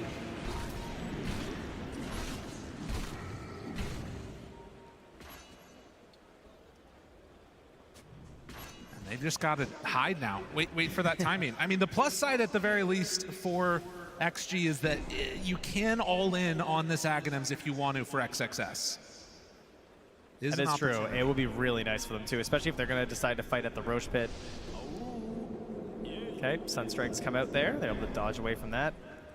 And, I mean, yeah, I think you're going to, right? Come on. Surely we're buying it on this as the Tormentor goes down. Right now, as P-Vision, they're just waiting for Roche. They're going to chill this out, get themselves the Aegis, collect all of the Infinity Stones here, and then go high ground. That's going to be the plan. No one now having access to those Forge Spirits when he hits the Sunstrike, and he does decide to buy out on XXS. All right, let's go. The Wolf Bite. Now that's a howl. That's when we're really going to get it, you know? That's I mean, we've seen things like this before with Ame. Remember, time and again, getting the Wolf Bite and starting to run at people constantly. The problem is these lanes are just shoving out so much that it's hard for them to find a way to get a good fight in their direction. Of course, the big thing will be Roche, which is a relatively long spawn, which means it's going to be heading back up to the north side of the map again. There's also a bit of a question of just like how long do these fights last? You know, like what if the Wolf Bite, what if they can't catch you? You know, then it's gonna look really bad. Oh wow! And after finishing, instead of going for the AC, Invoker decides to go Refresher.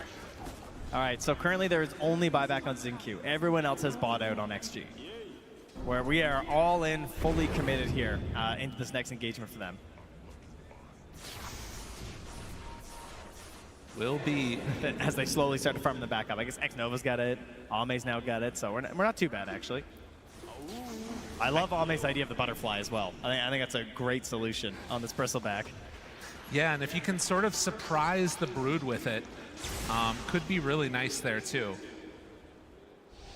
I mean, obviously, you do still have the Bloodthorn, which provides that pierce, but... And he just got the 25. He got the bat reduction. Yeah, this thing right here is nuts. If you have not seen the bat reduction during Insatiable, it is insane how hard this Brood hits. Something to watch for when they get into the straight up battle against the Bristleback. Crowd trying to cheer on the Lycan here. He's gonna need it, that's for sure. And the patience here from P-Vision, again, just not taking the risks, because why bother? There's not a whole lot to gain at this point. You know what actually could make a pretty big difference in this, too, is if Lycan gets to 25, because he has that Howl reduces total attack damage. That would not hurt. The Howl might actually win them the game if he can get to that. It would be very fitting, wouldn't it? Oh, yeah.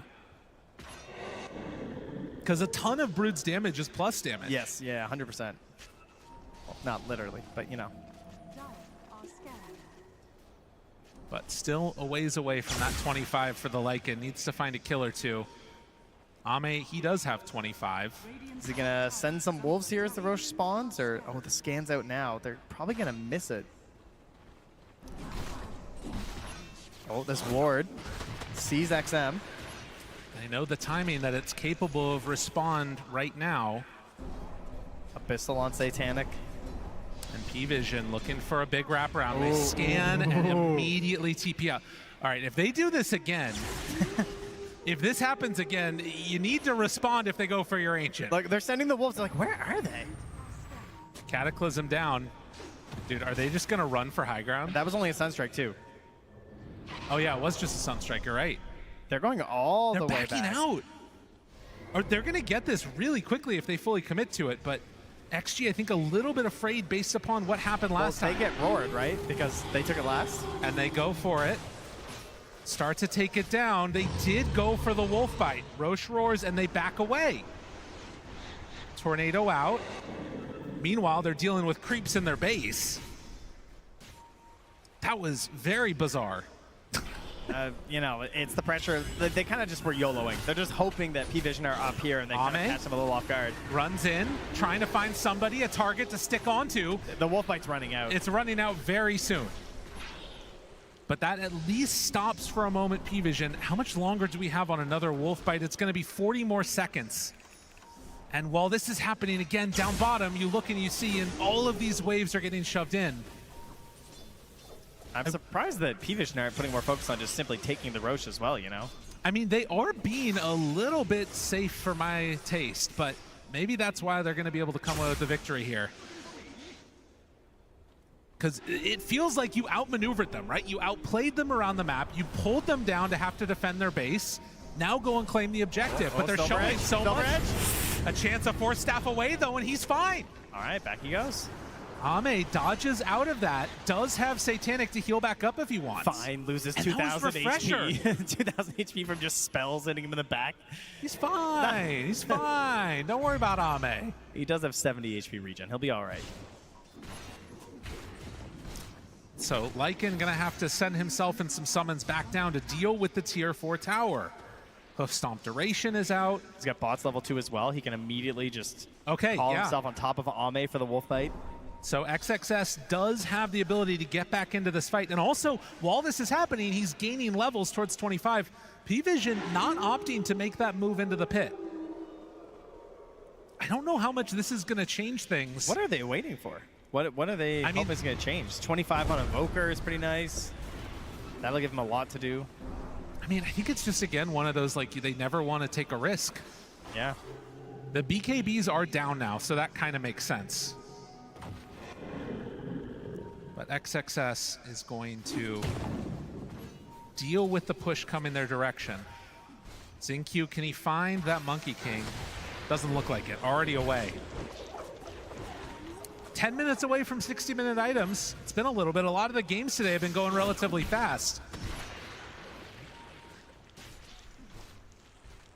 We'll see if we can get there in this one as the goal just continues to pile up here on P-Vision.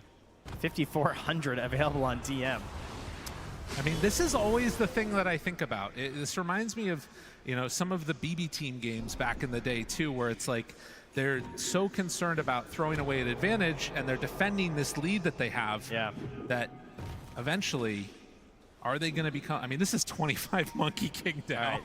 Right. Very strong. Ame has sold the treads and has got a blink. Looking.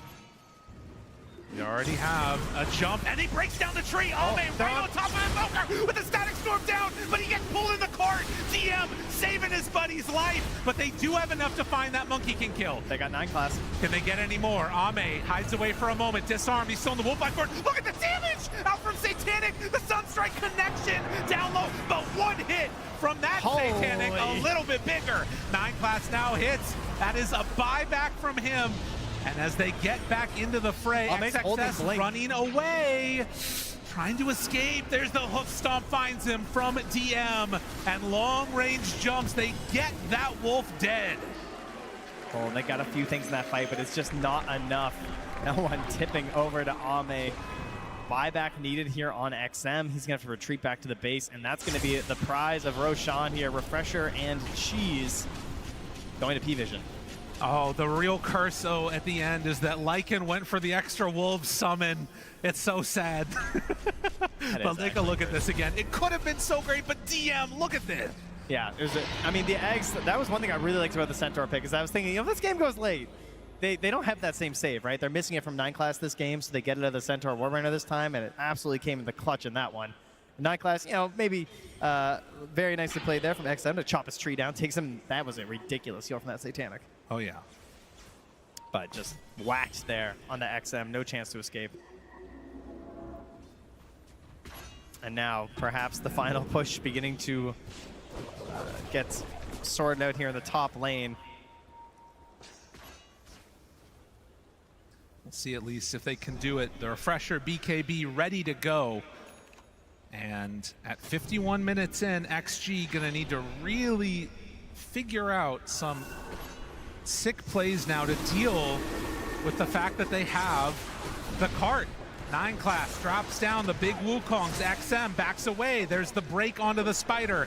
Glyph already used with no more wolf for 10 seconds. It's a hard fight to make happen. Ame's in. BKB is out. Ame starts to hit on the Satanic, backs away. XM pulls in, but the cart is there. The save is there. Backing away, there's a spider in a cart, but still a lot of damage done out there. Static Storm is down, but he got eviscerated. Ame no longer alive, and you do not have the damage that you need on XXS.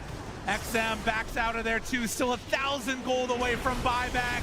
P-Vision, they have done everything in this series. They're gonna take another lane of Racked. This is gonna be Megas. Too much to handle as they run through XG. Eyes on the throne, a few more hits is all they need. GG is called. As this game went later and later. Oh, look at Ducalis. Stone cold there. XG struggling to find their way into these fights.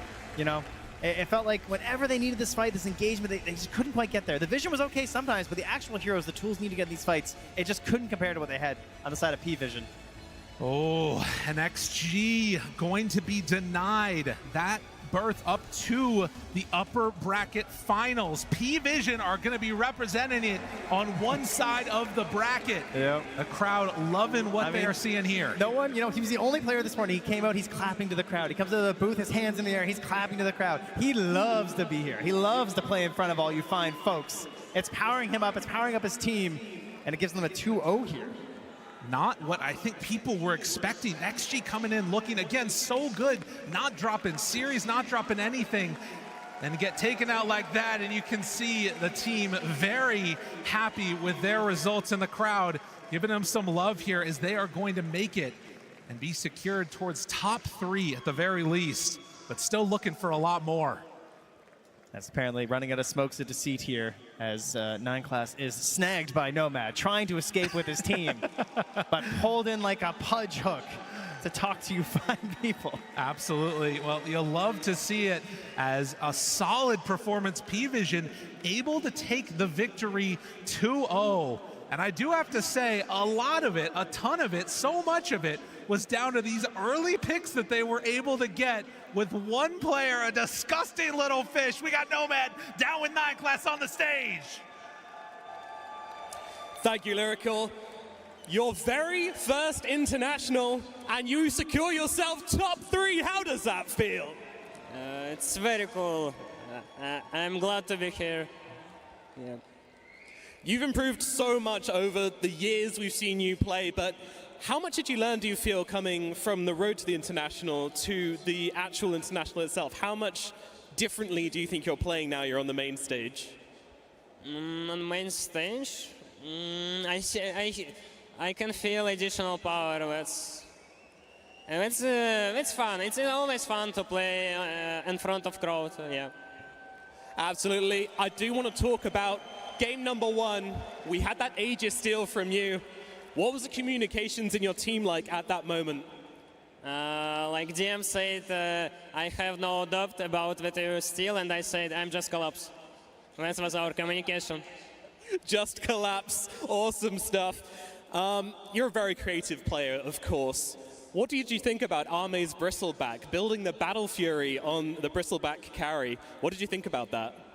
We knew that we would split with Domis and get our timing, but so we was just kind of delaying game and we scaling like 5 cores, so we was kind of prepared.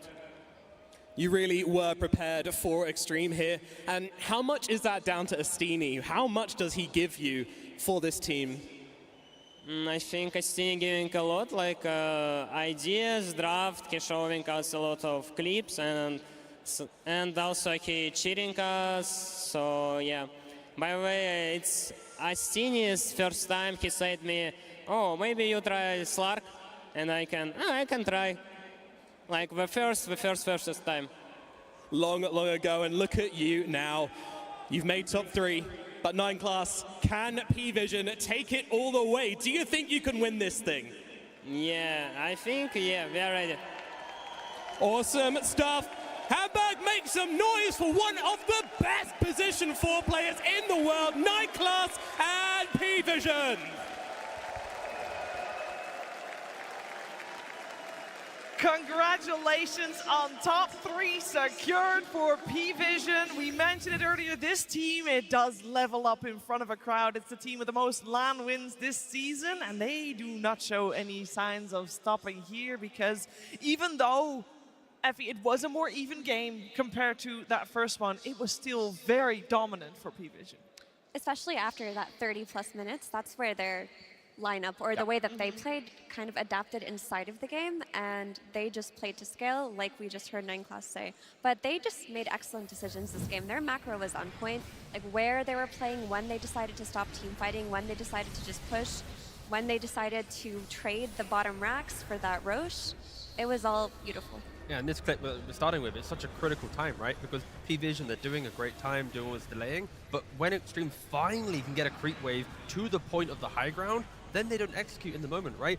Arme's hitting the tier 3, you got XM jumping in with a Storm Spray, getting hit by a Hex and dying. As soon as he dies, the fight construct collapses and they have to run away. So you have to deal with 2 things for P-Vision. Can you deal with the waves? And then can you execute in the fight, be it at a high ground or a Roshan or a Tormentor, anywhere. And XG, they just weren't able to deal with both major problems that P-Vision was presenting. I'm really impressed with P-Vision. Like, their players, the fact that they can perform like this with such little experience, with like how young they are on their players in a game where you're pressured, they're down, but they know what to do, they know what they're waiting for, and even here, sure, you're top net worth on this Bristleback, but P-Vision, they got to delay it so long, they have all the items Satanic, he is literally just 1v3ing them, running in with his Q later on talent, so overall, I think XG, they looked so good in this early and mid game, but eventually they had so much trouble, and I really feel like that P-Vision, they're like the masters of map pressure and making you feel like incredibly bad during the game.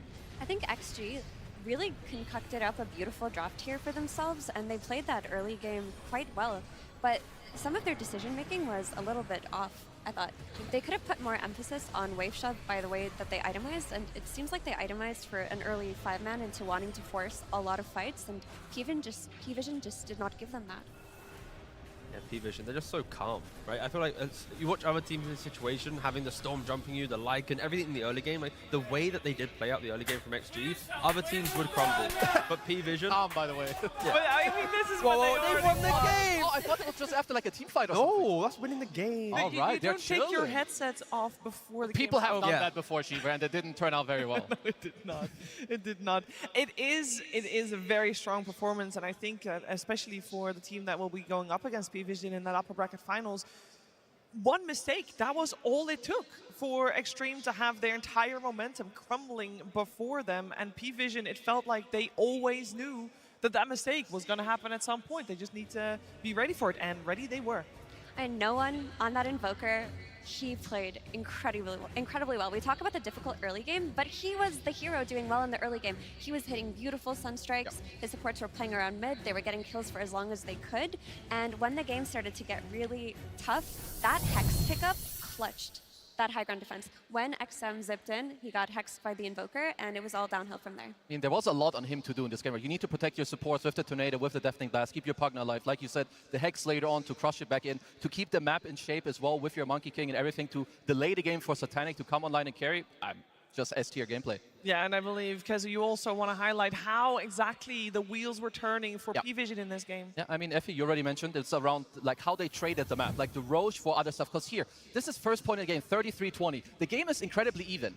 P-Vision, they need more time. They don't want to fight. So look at the vision that Extreme have. They want to force Roche, but it's really hard because P-Vision have the heroes here. Look at the map. Top lane, you have no one with his Dominator, with his Forges already pushing. We fast forward a bit. Mid lane is pushed in by DM's Dominator. At the same time, still a stalemate around the Roche. This is 40 seconds in between this. In the meantime, Satanic just really farming, so XG, they get forced back. Here, Roshan was still on the bottom side. Now, the game prolonged so long, Roshan actually walked all the way to the top river. XG, crucial mistake. They tunnel vision this Roshan so hard because trading ages for a Rax in this game, it's not good for you because you already have a wave problem. Now you're going to be down a Rax with this Aegis. P-Vision aren't giving you this fight. So these trades, these macro movements, ultimately this is what makes the difference of you winning or losing this game. So P-Vision, honestly, hats off to whoever made the shot call. Yeah, and then right after that, Roshan was taken for Extreme, and their bottom Rax, unfortunately, for them, was also taken. We're going to take a look at the Lycan at that point, Effie, because you have something to say about that.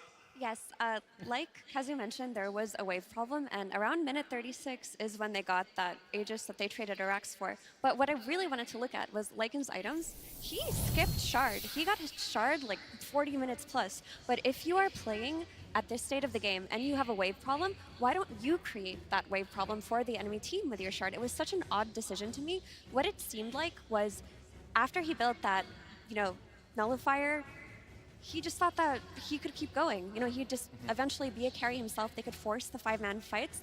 I really think that you could have wedged this Aghanim Shard into the item build even before the AC. It could have come out a lot earlier, and it could have made it so that P-Vision couldn't play the map as well as they did. But if you're talking about map play and your Lycan is getting Shard at 40 plus minutes, you're losing a lot of that early game advantage that you can get from this hero.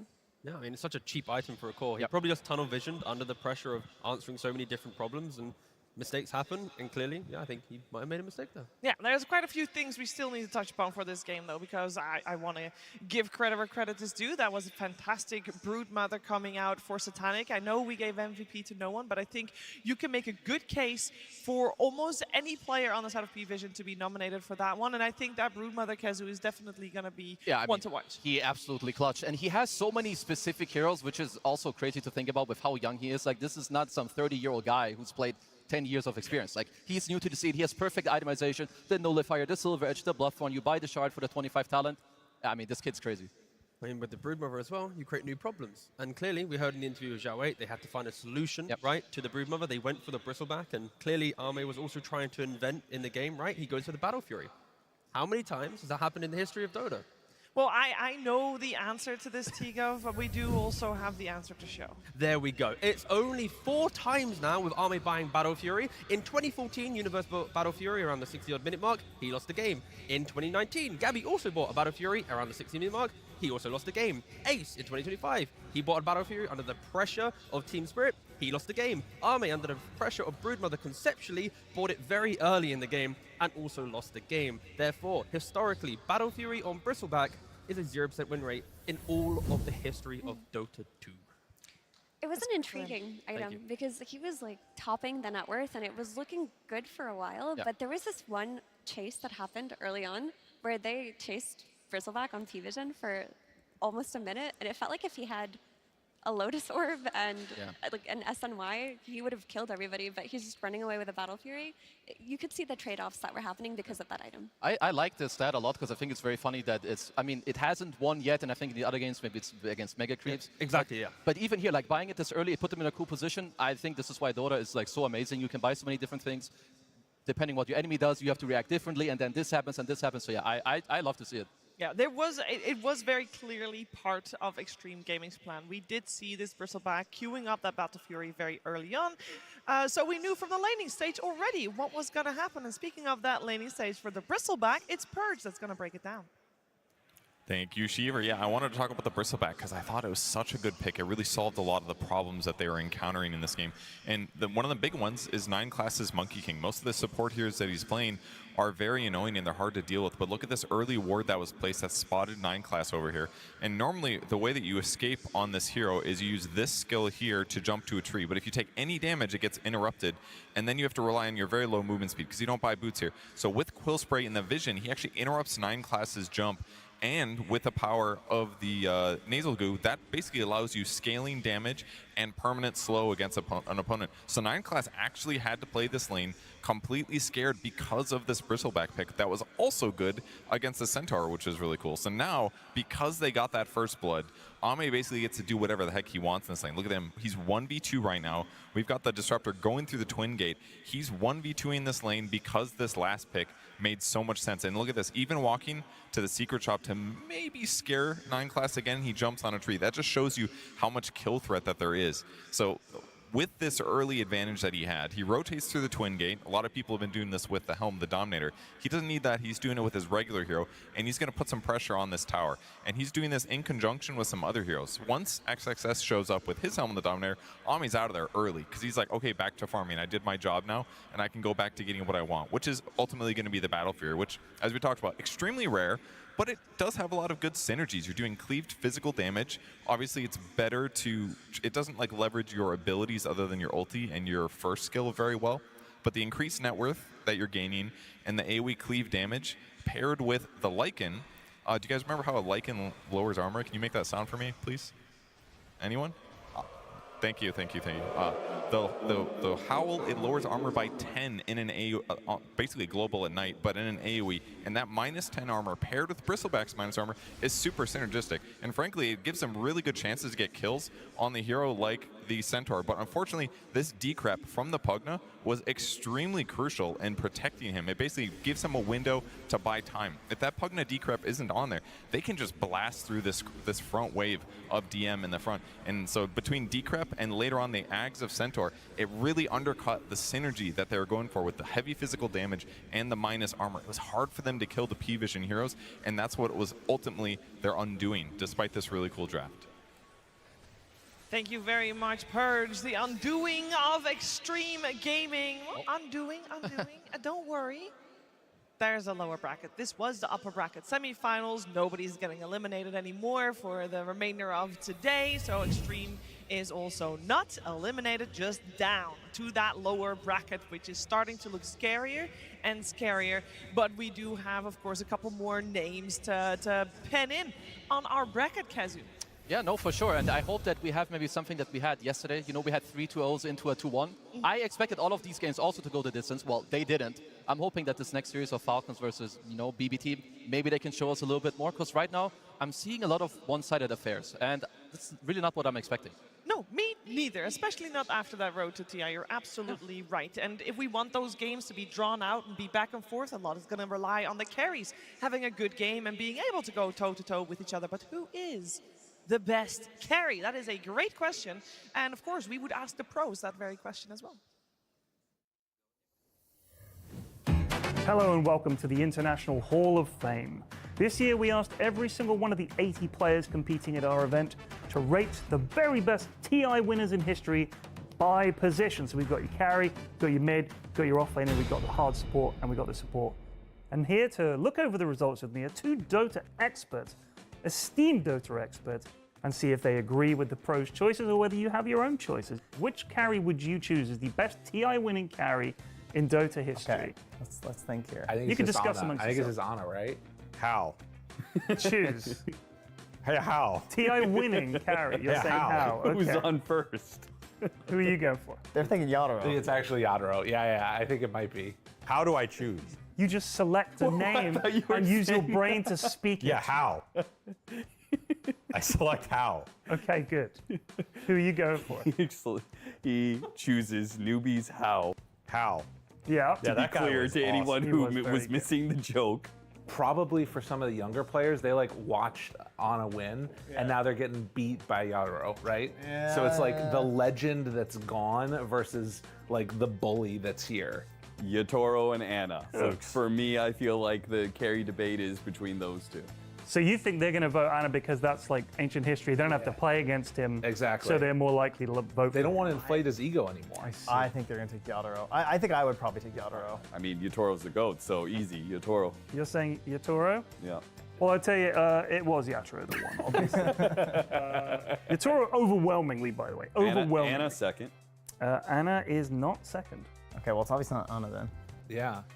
Is Anna third? Anna is not third. Wow. People hate Anna. This was chosen by the players themselves. Anna is not second or third. How? How did you? We've covered that. He's not on the list, right? Who are you putting in on 2 and Fear. 3? It was Matu. Matu Mbamana. Really? Yeah, That was makes second sense. place. Matu. Yeah, he's number 2. No way. Yes. I think it was kind of an unusual choice. Yeah, I might have put Anna in there, but I think Matu is such a legendary player. Everybody loves Matu, for sure. What players did you ask, Puppy? Every single player at the event He asked one was player. us. Most of the He votes went asked to the Yatsu. oldest player here. Who's the oldest player? Over half He of asked votes. art style. He got 7 And he votes. put himself third, so it wasn't so obvious.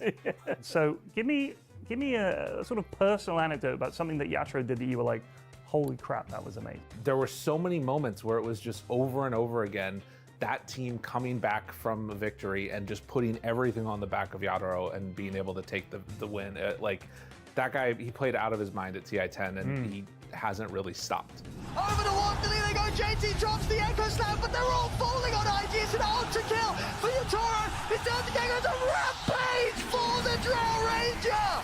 I felt like TI12, there was a moment when he walked into the arena before the final, and his aura was like, as the kids say, max aura on this guy. Like, I mean, everyone was just like, oh my God, he's here to win the international. Like, he just walked in, bald boy buff, and just, it was incredible. You could feel the enemy team just shrinking and shriveling. Not just play in the game, but outside of the game, commanding that respect. Aura, just pure aura. Yeah, a worthy winner, I'd say.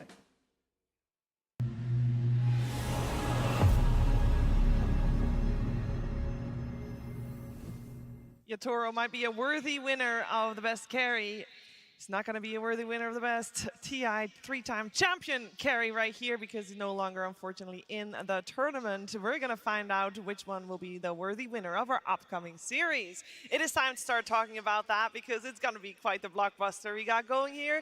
Team Falcons versus BB Team. One of these two teams will be facing P-Vision in that upper bracket finals and secure top 3 with this upcoming best of 3. And I think this might just be the one that is very close, Tigo. I hope so. You don't think so? I don't think so. Oh. I feel like Falcons are the favorites. I think BB are going to be the underdogs, and it entirely depends on how pure he's able to navigate the emotions of yesterday through to today.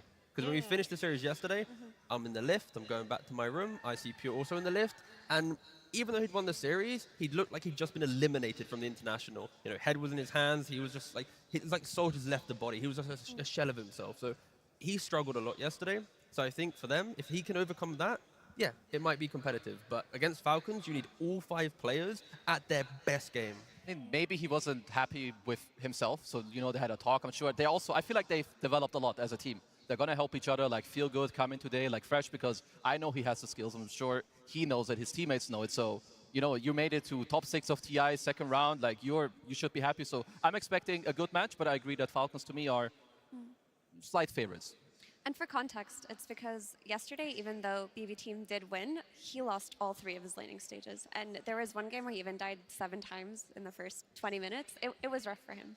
It was rough for him. We're going to break down this matchup, but if we're looking at Falcons versus BB Team, we have to look at Falcons first because there is a lot of pressure on these guys. These guys were the best team of 2024 and is still one of the favorites going into this and making it all the way through. And a large portion of that favoritism that people have might just be coming from the position 4, Tigo.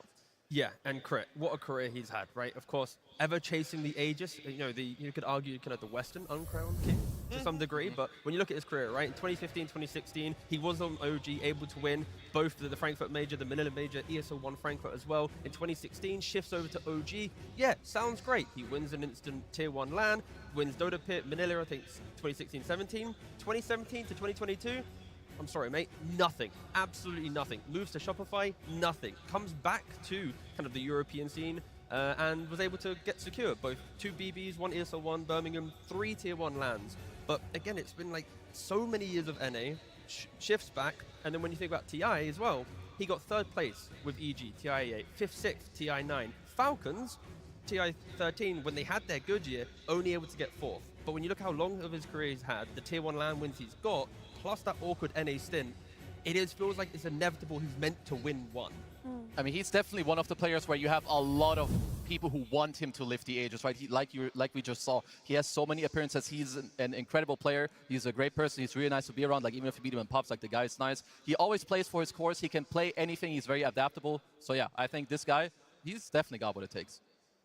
Yeah, it's just odd to think about, because in that 2015-2016 era where it felt like OG were winning every major, it feels like that's where he should have had his Aegis. He's one of those players that you look at and you expect to just have an Aegis. So this must mean so much to him, because last year, like T mentioned, that was their year where they were the favorites. Yeah. This time around, they aren't the favorites, and they've peaked. Like, they're playing so well. Maybe that's what they needed, the surprise factor. Maybe it is what they needed. They also do have a lot of TI experience under their belt in regards to championships, because there are TI winners on the side of Falcons, one of which is the carry, of course. It's also the support. It's Snaking and Skeeter. But in this case, I want to talk about Skeeter and potentially talk about him in relation to his counterpart in Pure Effie, because that is a pretty stark difference, especially if you take into consideration yesterday's results. Yeah, we wanted to just put emphasis on the carry-to-carry matchup in the series, because these two players have inherently different styles, but if you look at their average numbers, they're way too close to each other for having separate styles. When you think about Skeeter, he's always been not necessarily sacrificial, but not the real carry of the team. He's not expected to deal damage. He's just there to, like, be the stunner, win his lane, play utility, do whatever he needs for his team. He'll even give up farm for his other 2 cores sometimes. Whereas Pure, he is the greedy player. He is your carry that you take into the late game and puts you on his back. But his averages are not what you would expect out of a playstyle like that. And if you look at the hero pool comparison, there are a lot of common heroes, but both of these players have different styles. As I mentioned, you look at Pure, he's got that Void, that LD, that Ursa, that TA. He's playing for the late game. He wants to be the one dishing out all the damage. Whereas Skeeter, he picks what you need for the lane. You need an Abaddon? I got you. We need a Weaver because I gotta dodge some slows? I got you. I feel like you have the miracle type of archetype carry player on your left with the hard carry traditional stuff. You have your Matumba man on the right, so with like more the I play for my team, I make stuff happen. I would say that these players generally get overlooked and overshadowed quite a lot. I think that Skeeter is very crucial to Falcons, both with his pick, the way he plays. He enables Malrine, he enables Amar, so I'm like really happy to see this, because I think this guy, he deserves a lot more, in my opinion, than what people give him credit for. Well, we're going to give him some credit right now, because we have to, of course, start this matchup very soon. And for that, it is time to get the players on stage. And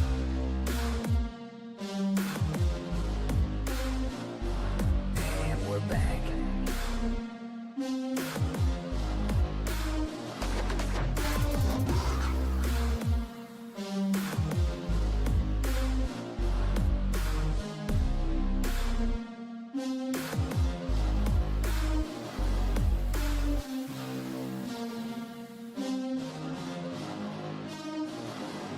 Team Falcons!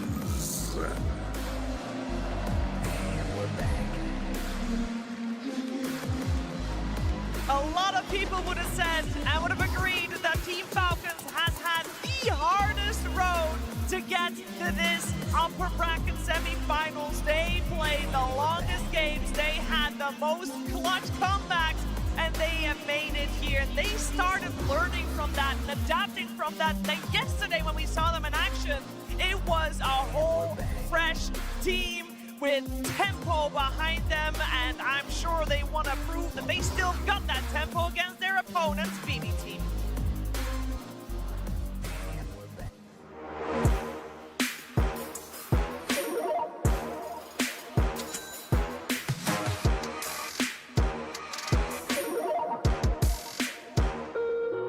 Choose wisely and crush those responsible.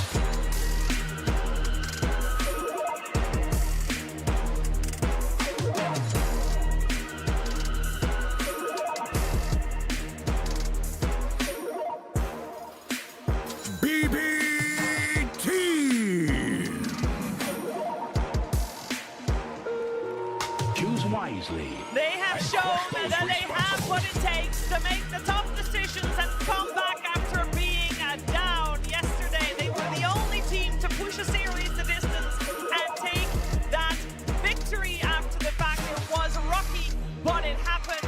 And the tenacity that they showed yesterday against Big Mac Galaxy, they will prove to show again against their opponents in Falcons. There is one big question mark that I'm gonna pose towards my panel here regarding these two teams, because one thing that stood out yesterday, Kezu, was that for BB Team, their rocky situation was always those first 15 minutes.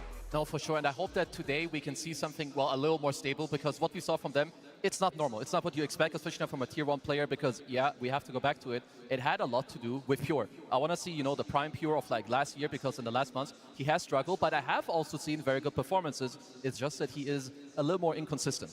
So sometimes you just have to hope that, you know, today is the day. Sometimes that's what TI is about. You show up in top form, boom, you get this upset win, and you're good to go. We also didn't really see much from BB. Even though they were to win, we saw 2 puck games in a row playing to nature's profit. Like GPK just dominating, going 8-4-23, 5-1-18. Like Nigma didn't really change up the drafts to show us new styles of BB having to react. It was just, oh, thanks, we're going to do that strategy again. So it's, yeah, I think for BB at least, we are going to see something new.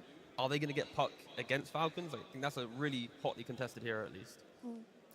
It doesn't necessarily have to be new, so long as they're doing it better than yesterday, because they can definitely improve upon it. But we did mention Pure had a rough series yesterday. I want to talk about the other 4 players. They played impeccably well. If they weren't playing as well as they did, that kind of start for your carry is really hard to come back from. I think Save in particular really stood out to me. He was clutching these lanes, you know, hiding in the trees, Phantoms embracing Morphling, getting kills where he shouldn't have to. Later in the game, he gets some ags, he soul binding. Like, this is a player to look out for. If your team is in a rocky situation, your support player clutching games for you is what you need on the main stage. Yeah, for sure. Like those 4 guys, they really stepped it up. Like you said, the Grimstroke from Save, like 2 games in a row. Like he just had incredible performances. You also had Miro on his offlane, like great. We talk about the GPK puck. You have the Disruptor or Naga Sirens from Kateomi. They're great. I just hope that what they look for is not like, oh, my carry player didn't do great, but more like, imagine how strong we can be when things come together. They fall into place. We just play well as a team like they know they can, and then you can just make it happen. Because here, we need to talk about the heroes that will be very contested or are very important for the team. So here, on the left side, you see how often Falcons take the hero, and on the right side, you have BB. So Hoodwink is going to be... It's going to be picked or banned in this series. You have 5 times and 7 times on BB team. You have the Sand King, the Grimstroke we just touched on. Mars for both offlane is incredibly important. Naga, Pugna, the team fight controllers, the healers, they allow you to play forward.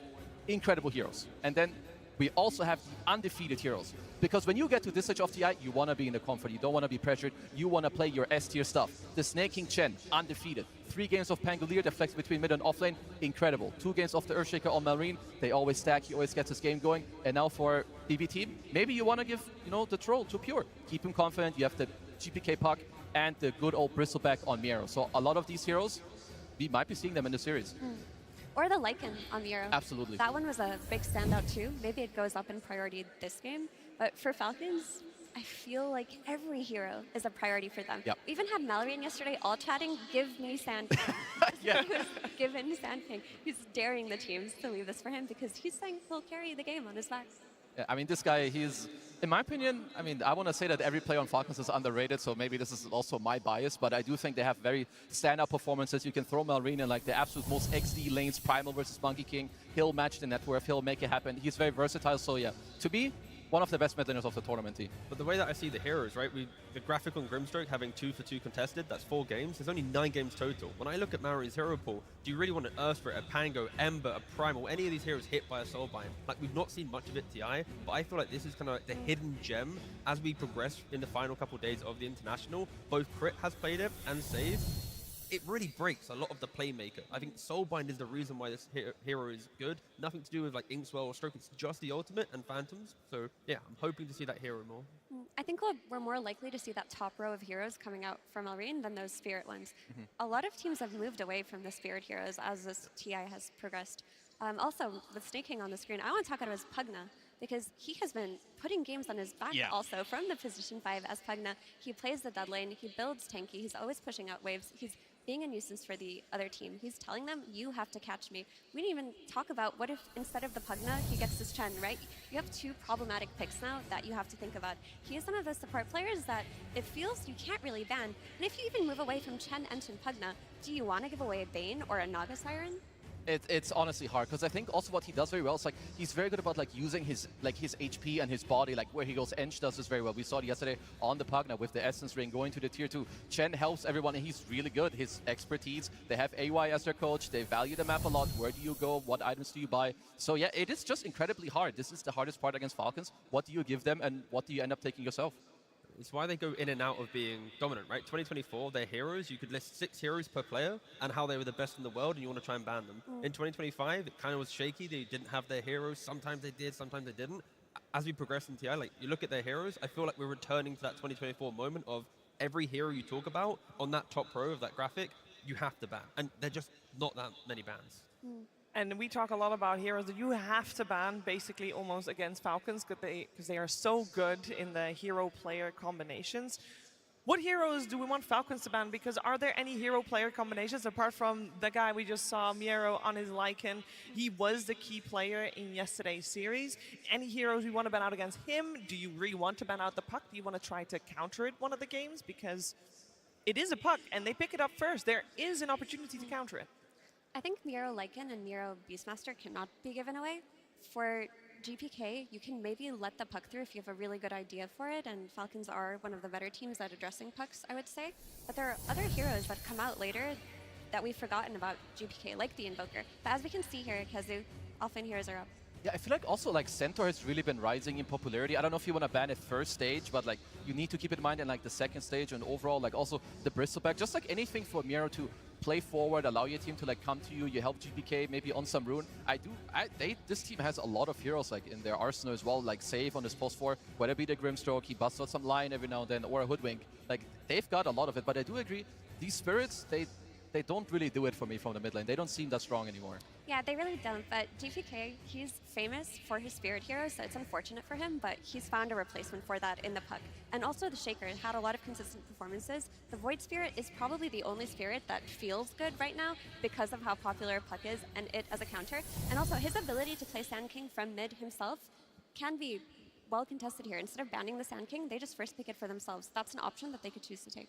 Yeah, I mean, there's a lot of talk of cause, and I feel like we need to put some respect on Katomi's name, right? Like, how many times have we seen him outplay a long team fight on a Disruptor, or hit a clutch song like on a Naga Siren, you know, echoing Snaking's performance on a Pugna, right? Like, he feels like a critical building block in other players shining, and we just don't really give him as much light as the others. But yeah, I think if you can, I think they're going to have to look at Katomi as well. I mean, we did see Enigma Galaxy put a lot of respect in banning out the Bane. That was definitely a good strat coming out for them. I would not be surprised to see Falcons going for the same route in the upcoming game. I do want to touch a little bit upon the team's playstyle, taking it a little bit away from the heroes they'll play with it.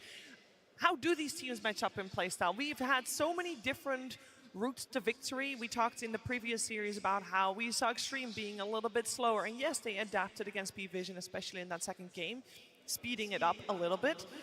On the other side, we did see P-Vision with a high tempo later on after the farming was done. How would we describe what's coming our way this time around? I mean, for Falcons, they're a team that do play longer games, but not at the expense of their early game. Their lanes are strong, their macro movements are strong, their net worth game is very strong. They love to play for scaling on all of their heroes. They love to play the map, get these early objectives. And for VV team, their strength in the past, not this TI, but they were famous for their lanes. They would stomp their lanes, snowball out of that, and play an aggressive game. What we saw yesterday was when they aren't winning these lanes and they're playing from behind, that aggressive playstyle does get diminished. Yeah, I'm hoping that BB team have an answer to this Falcons. Like I always talk about the 10 to 15 minute collapse. They're gonna break open the map, make sure that everyone has the space to farm. Because to me, BB team, they're more maybe on the side of the traditional like 4+1. You have your hard to carry, you play on pure. You hope that he can enable the game later and like just take it for you. Whereas Falcons, they don't always play hard carry. Skeeter, he's gonna play faster. But it's not even a matter of Skeeter playing hard carry. I think during TI, he's actually shifting more towards heroes that want farm as well, to some degree. It's the fact that Falcons, they look at an objective in the early game and they bring the correct amount of heroes. Like other teams, you might bring 3, you might bring 4, even 5, but on paper, you don't need 5. Falcons, every time, if they want to take a tower, contest a Roshan, contest a Wisdom, they bring the perfect amount of heroes, hence why they feel like they always farming. Because if you take too many or too little, you don't win, your farm diminishes, right? So for BB, if they make a move in the map, they have to respect that Falcons are going to return with the correct amount of heroes to kind of rebuttal that aggression. And the ability to make moves on the map, to me, that will boil down to the laning stage. I look at the series, and this is just about the lanes for me. Because if BB team play the lanes like they did yesterday, they're going to get a lot less opportunities on that map than Nigma gave them. Falcons will capitalize completely on the lane advantage they get and take everything. So BB team have to take it back to basics and make sure they're coming out an advantage from the laning stage. Look at your safe lane. How can you fix it? How can you make it easier for Pierre and Katami? Yeah, I mean, luckily for them, it used to be one of their absolute biggest strengths, like this laning skills and like all their players' individual skill that they bring together. So if they can just, you know, have a normal, stable game, these two teams will match up quite well into each other. I think the games will have quite a bit of duration unless Falcons really get this early lead with their stacks going on. So if your BB team also is something you can look towards, play into the enemy triangle, take some of those stacks away from Malrine because he is the tempo controller for Falcons. If you shut him down, their game slows down quite a lot. Now, there is a mental factor to this series that I still wanted to highlight because for people that watch Dota 2 whole year round and follow both of these teams, last year, you would have seen BB team lose a lot against Falcons. To be fair, everybody lost a lot against Falcons, so no harsh words there.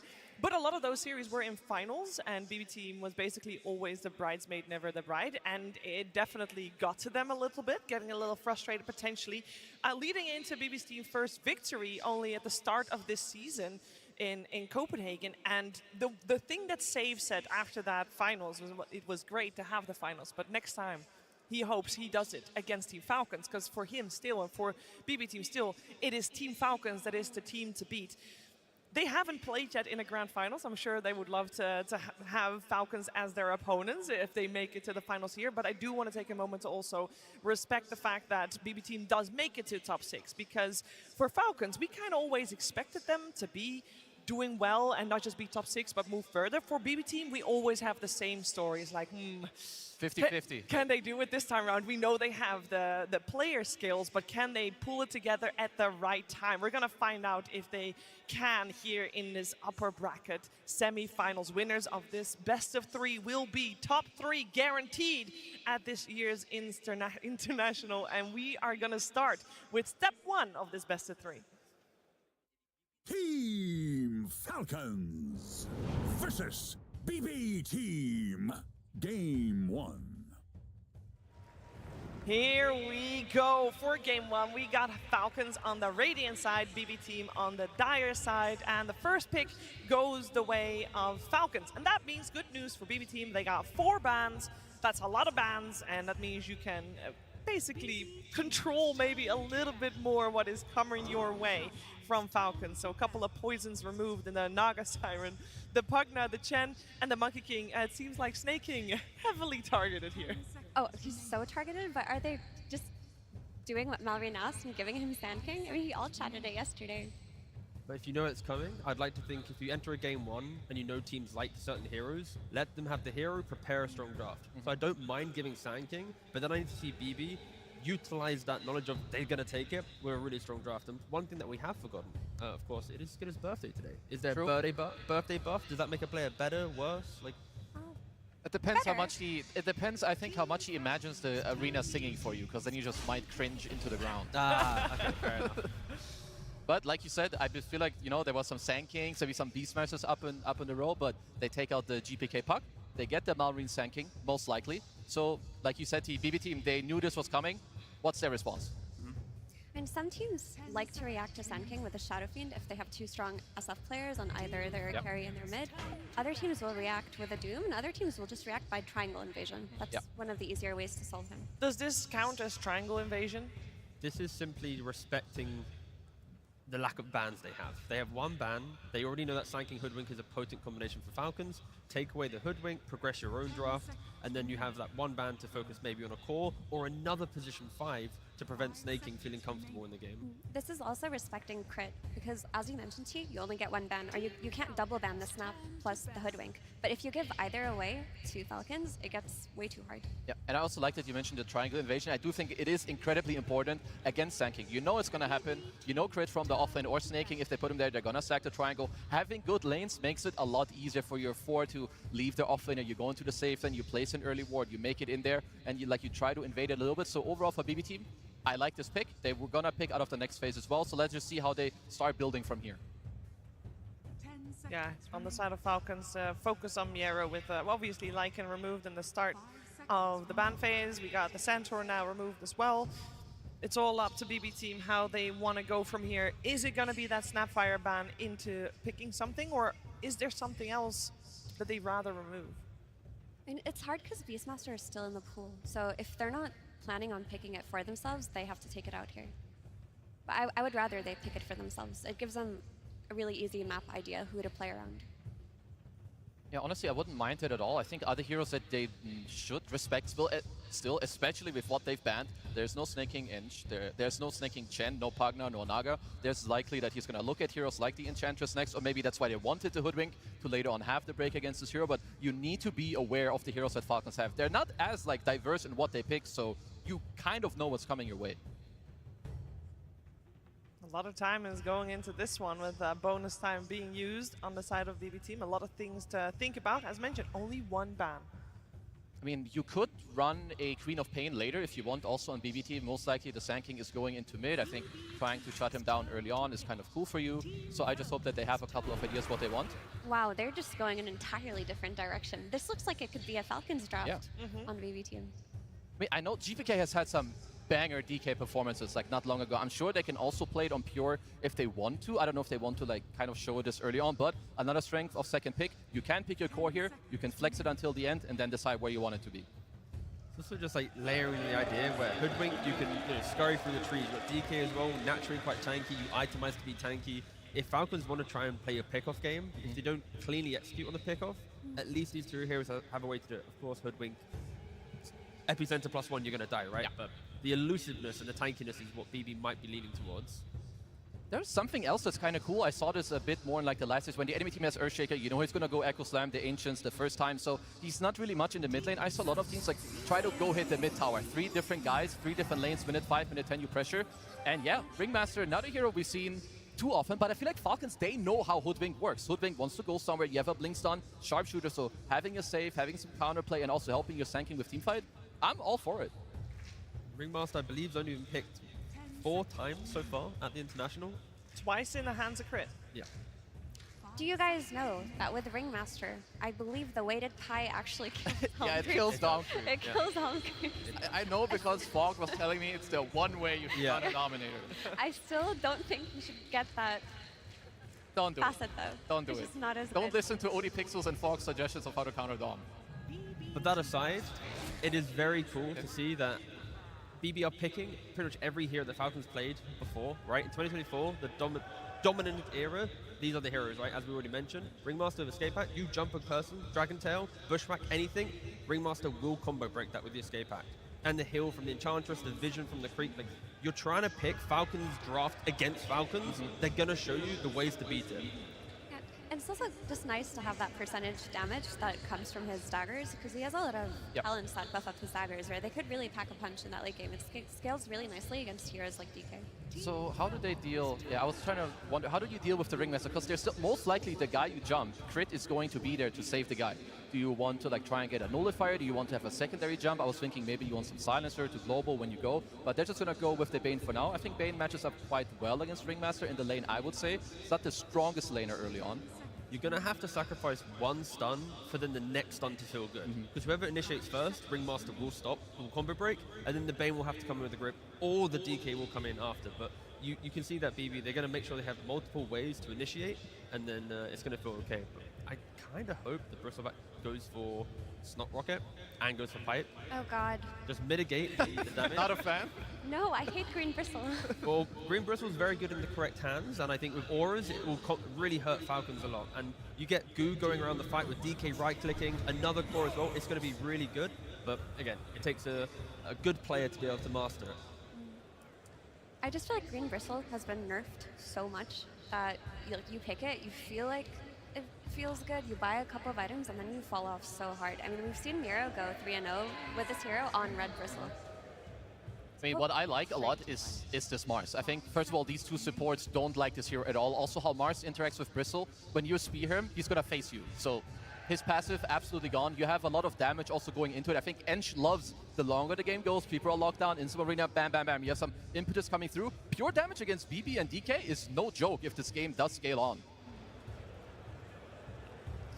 We have quite a couple of beefy boys on the board at the moment with the 8 heroes that are picked so far.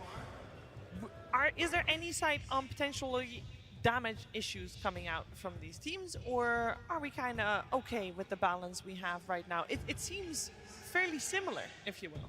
It's going to be back and forth between tankiness. Both sides have it. Both sides could have issues where if you initiate and don't 100 to 0, there's going to be a heal or a turnaround or a way to just kind of brush off that first wave of fight. So yeah, I think it's going to be a problem for both teams, but when it's a problem for both, then it just becomes an exciting game.